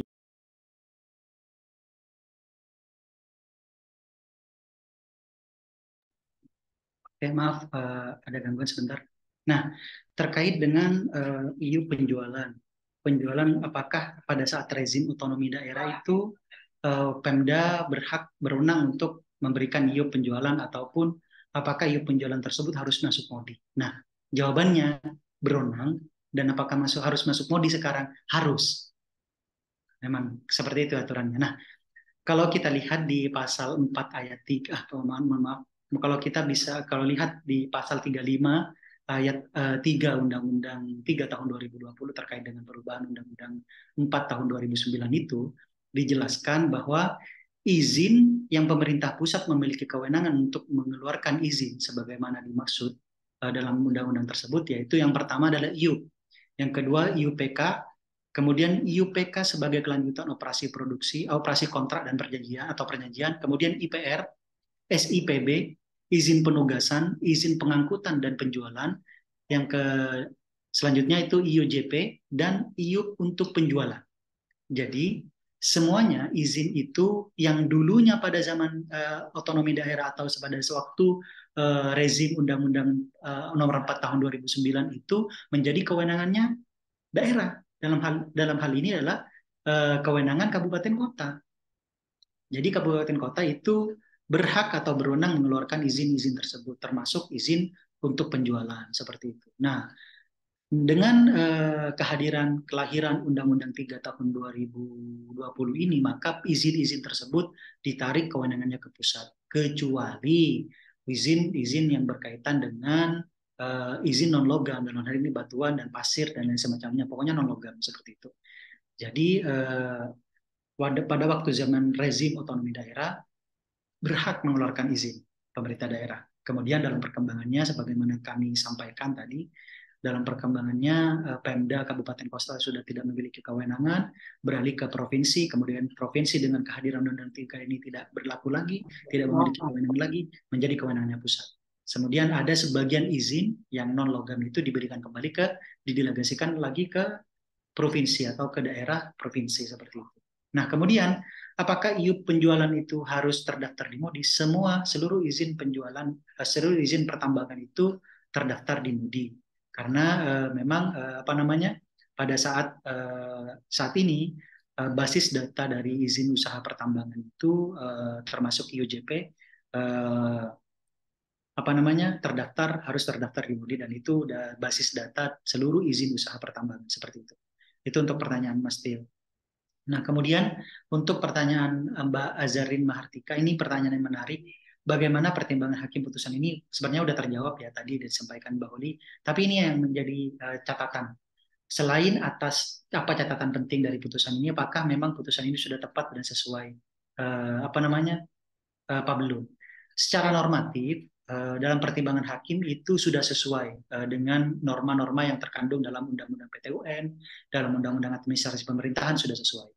Namun ada beberapa hal yang luput dari pengamatan hakim dan juga luput dari penggugat selaku pemilik IUP yang menggugat IUP tersebut untuk masuk MODI. Nah, hal-hal yang luput dari pengamatan hakim adalah yang pertama terkait dengan kewenangan. Mereka sama sekali tidak mempertimbangkan dalam pertimbangan hukumnya terkait dengan kewenangan daerah dan pusat. Hal ini sama sekali tidak sentuh. Dalam artian sebenarnya bisa menjadi pukulan telak ataupun bisa menjadi tambahan legal opini yang baik, yang bagus, yang menonjol istilahnya kalau dalam bahasa advokatnya itu, yang menonjol sekali kalau misalkan mampu ataupun diuraikan juga mengenai kewenangan pusat dan daerah. Yang tadi disampaikan bahwa pusat memiliki kewenangan untuk perizinan, kemudian didelegasikan hanya sebagian perizinan yang non logam seperti itu. Itu bisa menjadi pertimbangan hukum yang seharusnya bisa masuk ke sana. Nah, kemudian juga hal yang luput dari perhatian terkait dengan banding administratif. Nah, ini opsional ya. Ini bisa dilakukan atau bisa tidak. Nah, itu ada beberapa hal yang sebenarnya terkait dengan keputusan ini menjadi catatan penting. Namun yang tak kalah penting sebenarnya adalah adanya kecenderungan pemerintah daerah ini tidak mau mengeluarkan rekomendasi dikarenakan beranggapan tidak memiliki kewenangan lagi untuk seluruh pengawasan perizinan untuk minerba seperti itu. Nah, ini terjadi Bapak Ibu dan rekan-rekan sekalian karena di 2 tahun yang lalu kami rutin bekerja sama atau diskusi dengan beberapa dinas-dinas SDM. Buat apa Pak kami? Misalkan ketika ada masalah, baru dinas SDM daerah yang dipanggil untuk melakukan pendampingan terhadap masalah-masalah tersebut. Sehingga banyak curhatan dari dinas-dinas SDM. Kenapa ketika ada masalah kami dilibatkan, sedangkan pada saat pemberian izin kami tidak dilibatkan. Seperti itu. Sehingga ini menjadi polemik sebenarnya kehadiran Undang-Undang 3 tahun 2020 yang mana sejak kelahirannya sudah banyak yang memprotes. Dalam artian banyak yang tidak setuju dengan kelahiran undang-undang ini, baik secara formil maupun materi. Seperti itu menjadi jawaban Mbak Azarin. Memang catatan-catatan pentingnya terkait dengan beberapa hal yang luput dari pengamatan hakim dan juga sebenarnya yang bisa atau perlu dilakukan oleh penggugat selaku penggugat, para penggugat dalam hal ini 19 perusahaan itu yang melakukan gugatan atas keputusan tata usaha negara, atas kebijakan tata usaha negara itu. Itu mungkin Mbak Maria, terima kasih, bisa dilanjutkan. Izin Mbak Mar. Baik, ya silakan Mas Bim. Atau Sebenarnya ada ini rada feedback sih ke Bang Wirdan dan Mbak Holly sebenarnya. Boleh, silakan Mas Gini, feedbacknya. logikanya begini. Kan undang-undang UU Minerba yang tahun 2009 itu kan pada saat itu undang-undang pemerintah daerahnya itu masih 32 2004. Nah, kemudian undang-undang yang Minerba 2009 itu masih berlaku, kemudian muncul undang-undang 23 tahun 2014 tentang pemerintah daerah. Nah, apakah yang ingin saya tanyakan? Apakah dalam undang-undang 23 yang 2020 ini dia masih memberikan ruang kepada pemerintah daerah untuk mengeluarkan rekomendasi. Padahal kalau kita lihat dengan jelas Undang-Undang 3 tahun 2020 Undang-Undang 3 tahun 2020 itu kan semua izin itu sudah tersentralisasi gitu. Jadi begini, semisal kalau izinnya tetap rekomendasinya tetap dikeluarkan oleh pemerintah daerah provinsi, maka berarti aturannya berlaku surut dong. Karena pada saat itu yang mengeluarkan surat izinnya itu pemerintah daerah setempat gitu. Nah, mungkin itu saja, Pak. Baik, silakan. Ini menarik sekali penanggap bertanya, mencoba feedback begitu ya. Eh, Tadi terkait dengan UU Minerba di Undang-Undang Nomor 4 Tahun 2009 dan juga Undang-Undang Nomor 3 Tahun 2020 after sentralisasi begitu. Silakan Mas Firdan dulu deh. Baik, terima kasih. Menarik tanggapan dari Mas Bim tadi mengenai ini aturan surut atau tidak. Jadi gini, apa namanya? Sebenarnya kalau saya pribadi, saya termasuk yang tidak setuju perizinan itu terpusat atau tersentralisasi. Namun ada baiknya perizinan itu dibagi sesuai dengan porsinya masing-masing. Nah, hal ini sebenarnya yang dilakukan pemerintah pusat dalam hal ini dalam proses perizinan itu mendelegasikan sebagian kewenangan perizinan kepada pemerintah provinsi adalah tujuannya untuk mengakomodir pasal 18 ayat berapa itu ya tadi lupa saya. Mengakomodir pasal 18 ayat 2 Undang-Undang Dasar itu. Nah, di mana kewenangan antara pusat dan daerah dibagi secara proporsional sesuai dengan peraturan perundang-undangan. Nah, namun alasan di samping itu sebenarnya hal yang perlu menjadi perhatian adalah perizinan minerba khususnya. Kenapa ditarik ke pusat adalah salah satu alasannya mengakomodir beberapa hal terkait dengan ke pusat sentralisasi atau sentralisasi perizinan terpusat seperti itu. Karena kita tahu bahwa semua perizinan saat ini melalui melalui online. Namun faktanya yang terjadi tidak demikian. Walaupun perizinannya uploadnya online, tapi faktanya kita harus mengurusnya secara offline seperti itu. Nah, itu menjadi itu menjadi polemik sebenarnya. Nah, kemudian terkait dengan tanggapan Mas Bim itu sebenarnya itu ya kan. Sebenarnya terkait dengan pendelegasian kembali kepada daerah adalah hanya sebagian izin yang didelegasikan. Dan hal itu menurut kami cukup relevan untuk didelegasikan karena masa orang mau ngurus izin aja harus ke pusat. Orang mau ngiris izin tambang pasir harus ke pusat dan itu logikanya seperti itu. Seharusnya kalau kami berpendapat untuk izin batuan cukup sebenarnya di pemerintahan daerah kabupaten atau kota seperti itu karena memang lingkupnya amat kecil seperti itu. Dalam hal ini karena pemerintahan kabupaten atau kota sudah tidak memiliki kewenangan cukup di kabupaten di tingkatan provinsi itu logikanya. Apabila itu perizinan logam, maka saat ini terpusat dengan kehadiran Undang-Undang 3 tahun 2020 itu di pasal 35 ayat 3 itu bahwa perizinan terkait dengan logam, maka saat ini sentralisasi atau sentralistik di pusat semuanya. Itu mungkin Mbak Maria tanggapan saya. Terima kasih. Baik, terima kasih Mas Wirdan atas tanggapannya. Tadi memang terkait dengan pengembalian ke sentral lagi begitu ya setelah tadi UU Nomor 4 Tahun 2009, kemudian UU Nomor 3 2020 ini masih menjadi perihal yang menarik untuk dibahas. Akan tetapi di sini masih ada beberapa pertanyaan, Mas Yudan. Terima kasih sebelumnya Mas Bim atas pertanyaannya, sangat menarik sekali.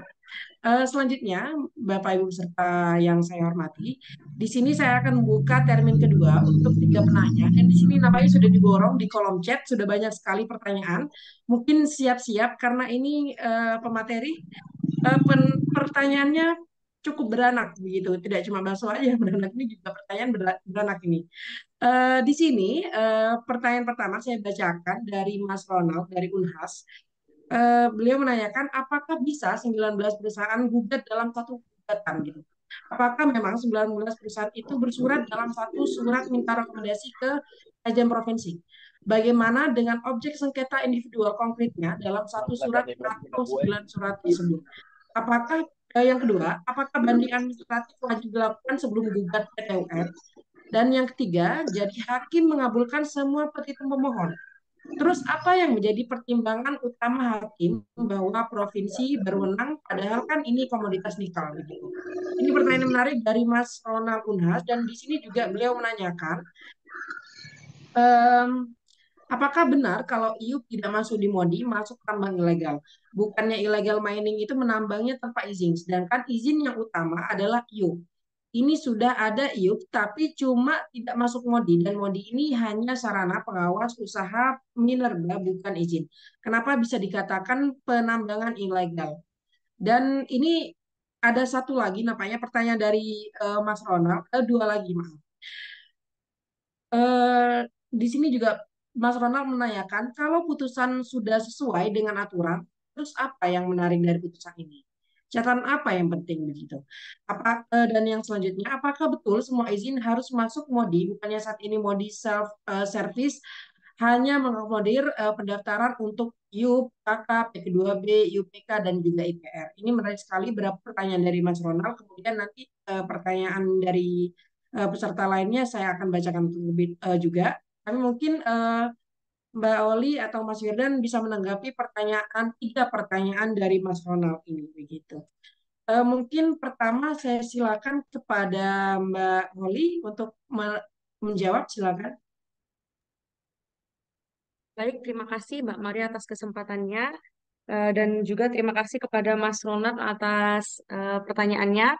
Terlebih dahulu saya akan menjawab yang kemudian nanti akan dilengkapi secara komprehensif oleh Mas Wirdan karena pertanyaannya dikhususkan kepada Mas Wirdan yang dimana saya saya fokus kepada pertanyaan dari Mas Ronald mengenai bagaimanakah sifat dari individual konkret terhadap putusan ini karena putusan ini ditujukan lebih daripada satu orang. Nah, baik, apabila kita menafsirkan konsep daripada individual konkret adalah individual konkret adalah ditujukan tidak untuk umum. Nah, lalu bagaimanakah jika lebih dari satu orang, maka seluruh pihak terkait harus disebutkan nama dan juga alamatnya. Nah, apakah ini bertentangan dengan konsep individual konkret? Maka jawabannya adalah tidak. Karena dalam putusan ini telah mencantumkan nama dan juga alamat atau identitas daripada para pihak yang bersangkutan. Seperti itu, Mas. Jadi konsep individual konkret tidak serta-merta diartikan satu orang, tetapi pihak-pihak yang terkait harus disebutkan nama, identitas, alamat, dan lain sebagainya. Seperti itu. Untuk pertanyaan yang selanjutnya mungkin dapat dijelaskan oleh Mas Wirdan lebih lanjut. Baik, terima kasih Mbak Oli tadi sudah menjawab terkait dengan individual konkret yang ditanyakan oleh Mas Ronald. Untuk selanjutnya, Bang Wirdan, ini ada beberapa pertanyaan juga, kurang lebih ada 6 pertanyaan yang perlu dijawab. Kami persilakan kepada Mas Wirdan untuk menjawab pertanyaan dari Mas Ronald. Silakan. Oke, baik. Terima kasih para penanya atas kesempatannya. Baik, kami untuk mencoba menjawab ya dari pertanyaan Mas Ronald di sini dan juga ada beberapa teman-teman yang bertanya apa namanya sebenarnya ada beberapa pertanyaan Mas Ronald ini yang redundant ya, yang menurut kami bisa kami jawab dalam satu jawaban seperti itu. Nah, yang pertanyaannya apakah banding administratif itu wajib dilakukan sebelum gugat ke PT UN? Tadi sudah sempat saya sampaikan pada waktu menjelaskan terkait dengan beberapa hal penting yang menurut kami luput ataupun bisa dilakukan oleh baik itu oleh majelis hakim yang mengadili mengadili perkara ini maupun oleh penggugat selaku yang keberatan dengan hadirnya atau lahirnya keputusan pejabat tata usaha negara. Nah, salah satunya adalah banding administratif yang terlupa seperti itu. Apakah ini sifatnya wajib atau tidak? Sifatnya itu pilihan ya. Pilihan bisa dilakukan atau bisa tidak. Namun, banding administratif ini biasa dilakukan atau sering kita lakukan kalau di dunia peradilan, di dunia advokat itu sering kita lakukan apabila dalam sengketa kepegawaian. Nah, kalau dalam sengketa kepegawaian itu sering kita harus melakukan banding administratif. Nah, biasanya dalam prosesnya banding administratif ini ditolak dalam kepegawaian. Nah, setelah banding administratif itu, maksudnya dalam sebenarnya keberatan administratif itu seringkali ditolak dalam kasus-kasus atau perkara-perkara yang melibatkan kepegawaian seperti itu. Nah, oleh sebab itu dibukalah opsi terkait dengan banding administratif. Banding administratif ini ke siapa? Tadi sudah kami jelaskan bahwa ke atasan yang mengeluarkan keputusan. Kalau misalkan keputusan itu dikeluarkan oleh gubernur ke gubernur, maka bandingnya ke siapa? Ke presiden seperti itu sebagai atasannya. Dulu pernah kami lakukan dalam hal mendampingi klien, kami mendampingi IPPKH yang dicabut seperti itu. Nah, IPPKH yang dicabut ini kemudian kami melakukan surat keberatan ke BKPM waktu itu yang mencabut, melakukan surat keberatan ke BKPM dan kemudian BKPM menanggapi, namun tanggapan tersebut tidak sesuai dengan hasil yang kami harapkan, dalam hal ini ditolak.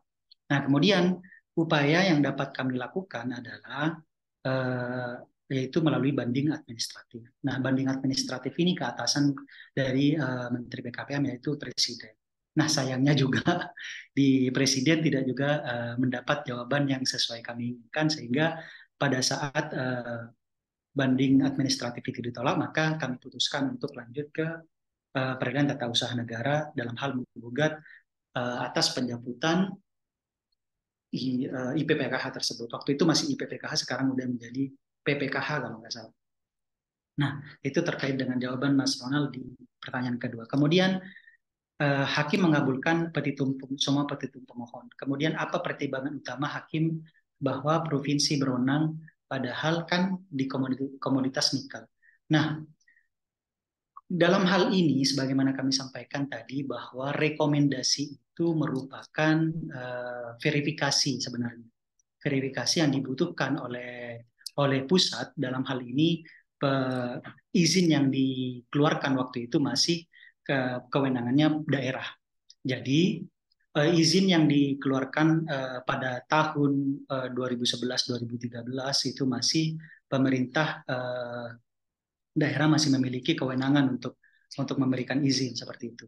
Nah, kewenangan tersebut dan kemudian karena peralihan norma dari Undang-Undang 4 tahun 2009 ke Undang-Undang 3 tahun 2020 dan kemudian dengan kehadiran MODI di sini yang merupakan sistem basis data Minerba, semua perizinan itu yang dianggap clear and clean seperti itu. Nah, kemudian ada persyaratan dari Dinas SDM, bukan dinas, maksudnya Kementerian SDM untuk melengkapi persyaratan yang namanya rekomendasi. Hal ini sebenarnya merupakan verifikasi dari daerah bahwa perizinan itu dilakukan secara clear and clean dan tidak melalui prosedur-prosedur yang salah. Sehingga bukan masalah kewenangan lagi yang terkait dengan yang terkait dengan proses penerbitan surat itu sebenarnya rekomendasi.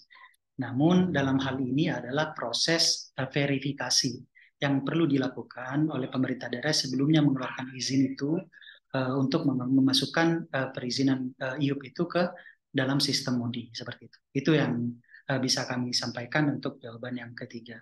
Nah, kemudian ini pertanyaan juga dari Mas Ronald, luar biasa. Apakah benar kalau IUP tidak masuk MODI termasuk masuk tambang ilegal? Bukannya illegal mining itu menambang tanpa izin, sedangkan izin yang utama adalah IUP. Apakah sudah ada IUP tapi cuma tidak ada MODI, tidak masuk MODI? Apakah MODI itu hanya sarana pengawasan usaha minerba bukan izin?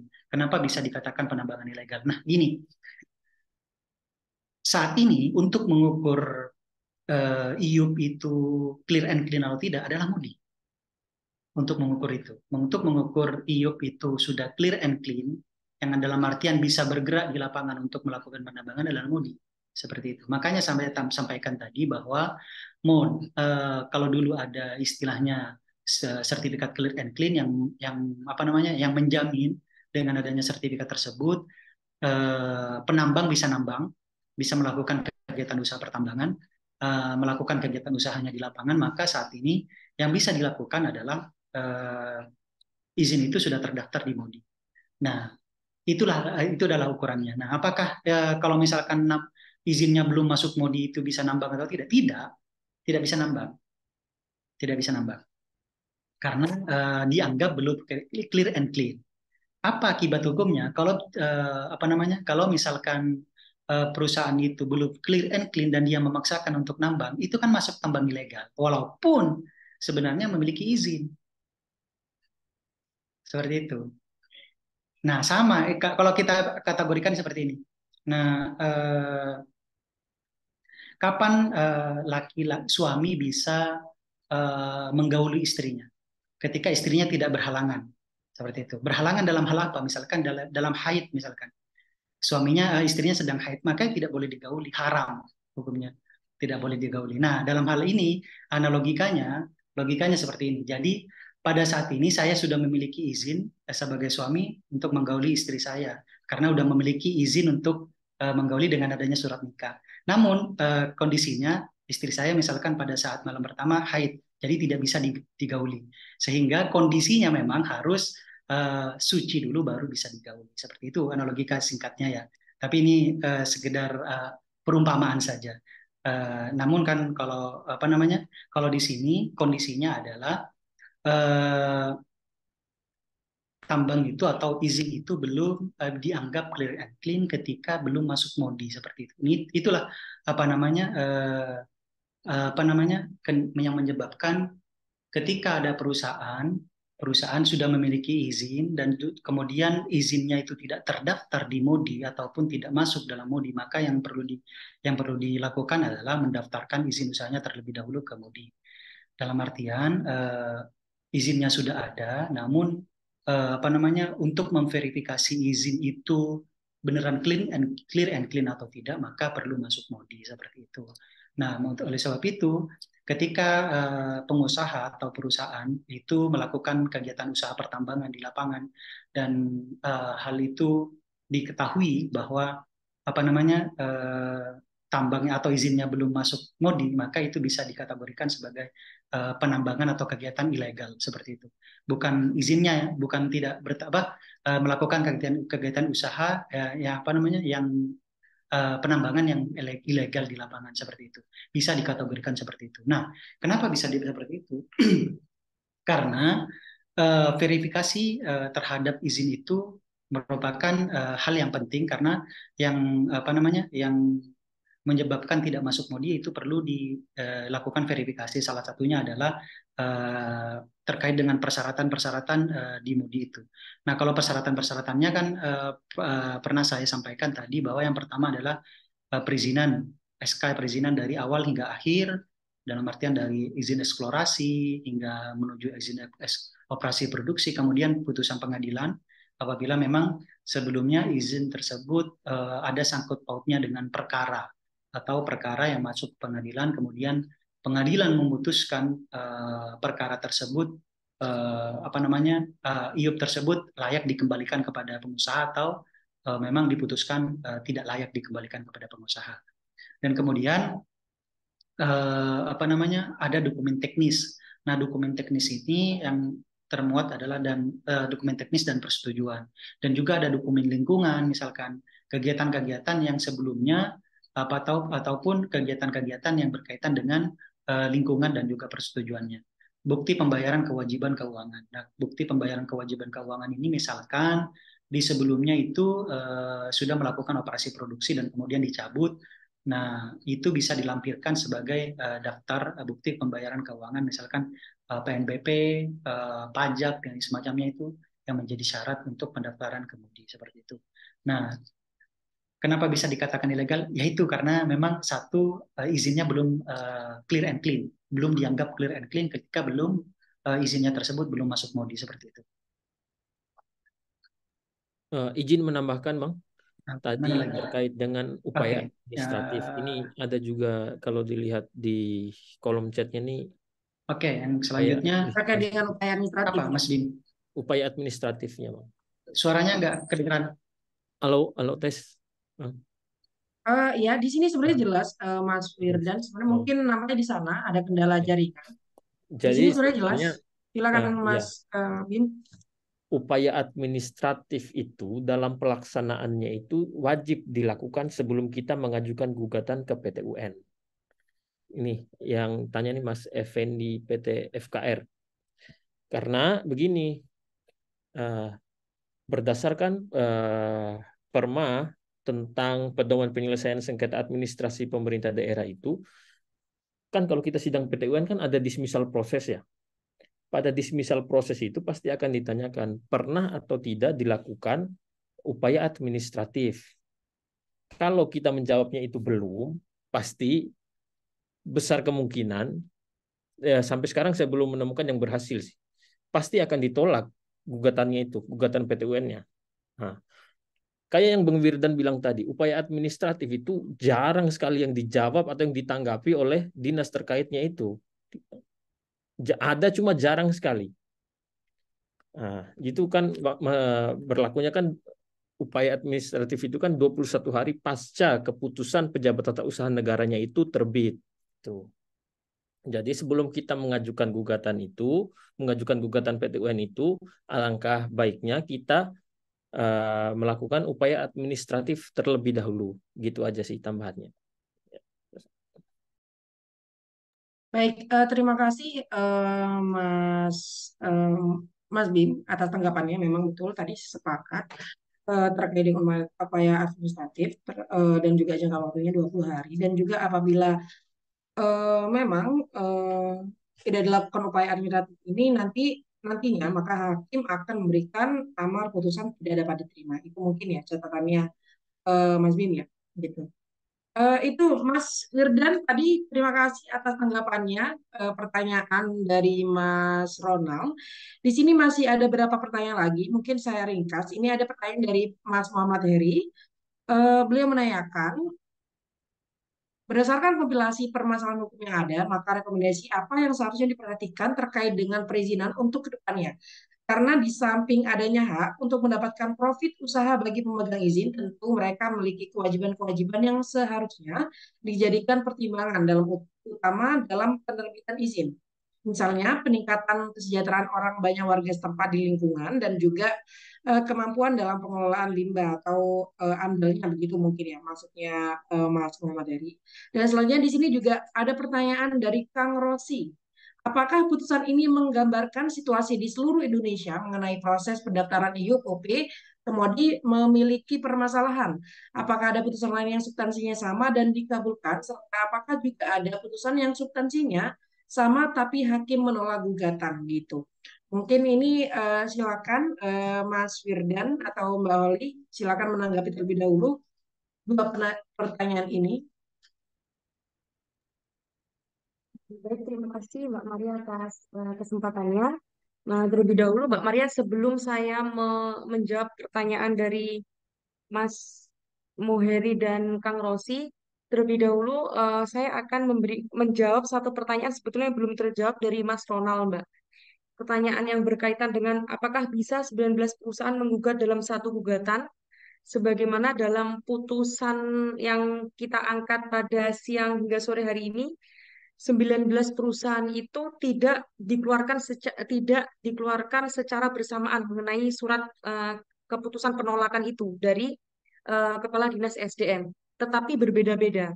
Mengapa demikian? Karena dalam dalam eh, putusan Pengadilan Tata Usaha Negara itu dinyatakan bahwa masing-masing perusahaan itu berbeda mengenai identitas perpanjangan IUP-OP-nya, kemudian alamatnya pun masing-masing juga berbeda, berjauhan seperti itu. Tetapi untuk proses pengajuan ini mungkin memiliki cerita yang sama sehingga proses yang sama sehingga diajukan secara bersamaan seperti itu. Tapi kalau penolakan ini dalam putusan ini berbeda karena tidak dinyatakan mengenai tanggal kapan adanya surat penolakan dari Kepala Dinas ESDM seperti itu. Jadi tidak ada keterangan waktu dalam putusan itu.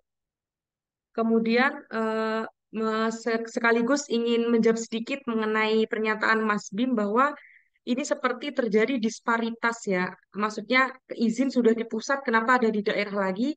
Sebetulnya mengenai pendaftaran IUP-OP ke sistem MODI ini bukan meminta izin, begitu Mas Bim. Tetapi mendaftarkan izin IUP-OP yang sudah aktif, kemudian hanya didaftarkan ke dalam sistem MODI, seperti itu. Jadi bukan mendaftarkan kegiatan pertambangan yang belum ada izinnya, kemudian mau didaftarkan, bukan. Tetapi yang sudah aktif kemudian dimasukkan dalam basis data, dalam sistem MODI, seperti itu. Nah, melanjutkan pertanyaan dari Mas Muheri bahwa rekomendasi apa untuk dapat izin. Sebetulnya ini secara subjektif eh, saya pribadi tidak memberikan rekomendasi karena rekomendasi yang ada saat ini sudah bagus ya. Maksudnya untuk seseorang melakukan kegiatan usaha pertambangan harus adanya pernyataan mengenai pengelolaan lingkungan, dokumen lingkungan, kemudian izin lingkungannya harus jelas seperti itu. Mungkin hanya berkaitan penerapan atau implementasinya, implementasi daripada pengelolaan pertambangan seperti itu. Yang perlu ditegakkan kembali adalah implementasinya. Jadi tidak perlu melakukan perubahan-perubahan dalam tata aturan, tetapi lebih fokus kepada implementasinya dan juga penegakan hukumnya seperti itu. Nah, kemudian dari Kang Rosi, apakah putusan ini menggambarkan situasi di seluruh Indonesia mengenai proses pendaftaran IUP-OP ke MODI memiliki permasalahan? Nah, baik berkaitan dengan pertanyaan Mas Kang Rosi ini, bahwa sebetulnya tidak ada permasalahan untuk proses pendaftaran IUP-OP dalam sistem MODI. Jadi bukan sistemnya yang salah, tetapi tahapan-tahapan untuk menuju proses pendaftaran ini karena banyaknya persyaratan mungkin menghambat para pelaku usaha untuk mendaftarkan IUP-OP-nya dalam sistem MODI seperti itu. Nah, salah satu contohnya dengan putusan yang kita sampaikan pada siang hari ini bahwa kesulitan untuk meminta surat keterangan rekomendasi atau surat pengantar seperti itu, Mbak Maria. Nah, begini Mbak Maria, mengenai perizinan yang bersifat sentralistik itu pada kenyataannya perizinan benar-benar tidak secara keseluruhan bersifat sentralistik, tetapi di daerah pun sebetulnya juga masih apa ya, masih menjadi tempat tanya jawab para pelaku usaha itu terkait dengan perizinan berusahanya seperti itu. Nah, kita pernah mengunjungi Dinas SDM Jawa Barat. Nah, Kepala Dinas SDM menyatakan bahwa maksudnya terkait dengan proses pendaftaran izin ini masih di daerah, bukan serta-merta di pusat seperti itu. Jadi sebetulnya tidak begitu efektif ketika pusat semua yang mengakomodir karena daerah masih menjadi pusat pengaduan oleh para pelaku usaha. Seperti itu, Mbak Maria. Terima kasih. Baik, mungkin terakhir ini karena waktunya sudah hampir pukul 3. Ini ada pertanyaan, apakah kalau ada masalah tambang pusat bisa memfasilitasi atau bisa konsultasi? Kebetulan saya sekarang kerja di perusahaan pertambangan dan banyak masalah perizinan. Ini pertanyaan dari Mas Effendi, PT VKR. Silakan tanggapannya, Mbak Oli Baik, atau Mas Wirdan, silakan. terima kasih Mas Effendi tadi. Nah, sebenarnya gini, pusat membuka ruang seluas-luasnya kepada masyarakat untuk diskusi dengan kami Bahkan pun kalau misalkan ada kasus, minta fasilitasi untuk penanganan kasus dan lain semacamnya, kami bersedia ataupun membuka ruang untuk itu, berdiskusi terlebih dahulu apa masalahnya, bagaimana pemecahan solusinya, dan kemudian bagaimana penanganannya. Nah, untuk itu bagi teman-teman, Bapak Ibu, rekan-rekan sekalian yang mau berdiskusi terkait dengan kasus-kasus hukum mengenai pertambangan dan lain-lain, khususnya dalam sektor energi dan pertambangan ya, kami Pusat Studi Hukum Energi dan Pertambangan terbuka luas bagi Bapak Ibu yang ingin berdiskusi ataupun ingin berpartisipasi dalam pengelolaan pertambangan ataupun secara langsung khusus mengenai kasus. Dan insya Allah Bapak Ibu dan rekan-rekan sekalian, beberapa hari ke depan, beberapa minggu depan kita akan launching Pusat Law Service namanya, yang insya Allah akan di launching sekaligus dalam pelatihan hukum advokasi.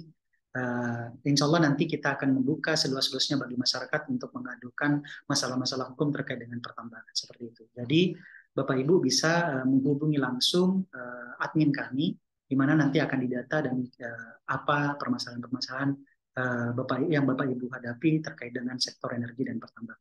Seperti itu Mbak Maria. Jadi kami terbuka luas dan terbuka untuk siapapun, siapa saja, baik itu pemerintah, masyarakat secara umum, kita terbuka untuk sharing diskusi dan sediskusi beberapa masalah kasus hukum pun kami terbuka. Seperti itu. Baik, terima kasih Mas Firdan atas tanggapannya. Jadi kami dari Pusat Studi Hukum Energi dan Pertambangan sangat terbuka ya teman-teman sekalian, apabila ada hal yang ingin konsultasikan kepada kami, terutama di sektor hukum energi dan pertambangan maupun sebenarnya di sektor hukum bidang hukum lainnya, kami sangat terbuka. Apabila ingin konsultasi dapat langsung saja menghubungi admin kami seperti itu. Para peserta yang saya hormati, selanjutnya kita akan, karena sudah terjawab semuanya, nampaknya pertanyaan yang baik secara langsung maupun di kolom chat. Untuk selanjutnya kita akan mendengarkan closing statement dari masing-masing materi. Untuk pertama, saya persilakan untuk Mbak Holly memberikan closing statement-nya. Silakan Mbak Holly.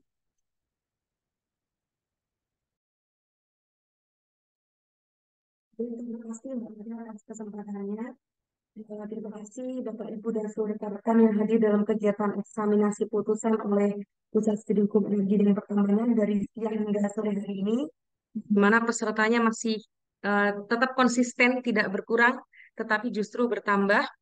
Nah, kami telah mengambil kesimpulan serta dari hasil analisa serta sekaligus pertanyaan dari seluruh peserta bahwa kasus yang kita angkat pada hari ini sebagai bahan untuk catatan hukum oleh Pusat mengenai kasus sengketa pertambangan, salah satunya adalah sengketa antara pelaku usaha dengan pemerintah daerah, telah menyadarkan bagi kita semua bahwa masih banyaknya sengketa dalam dunia pertambangan.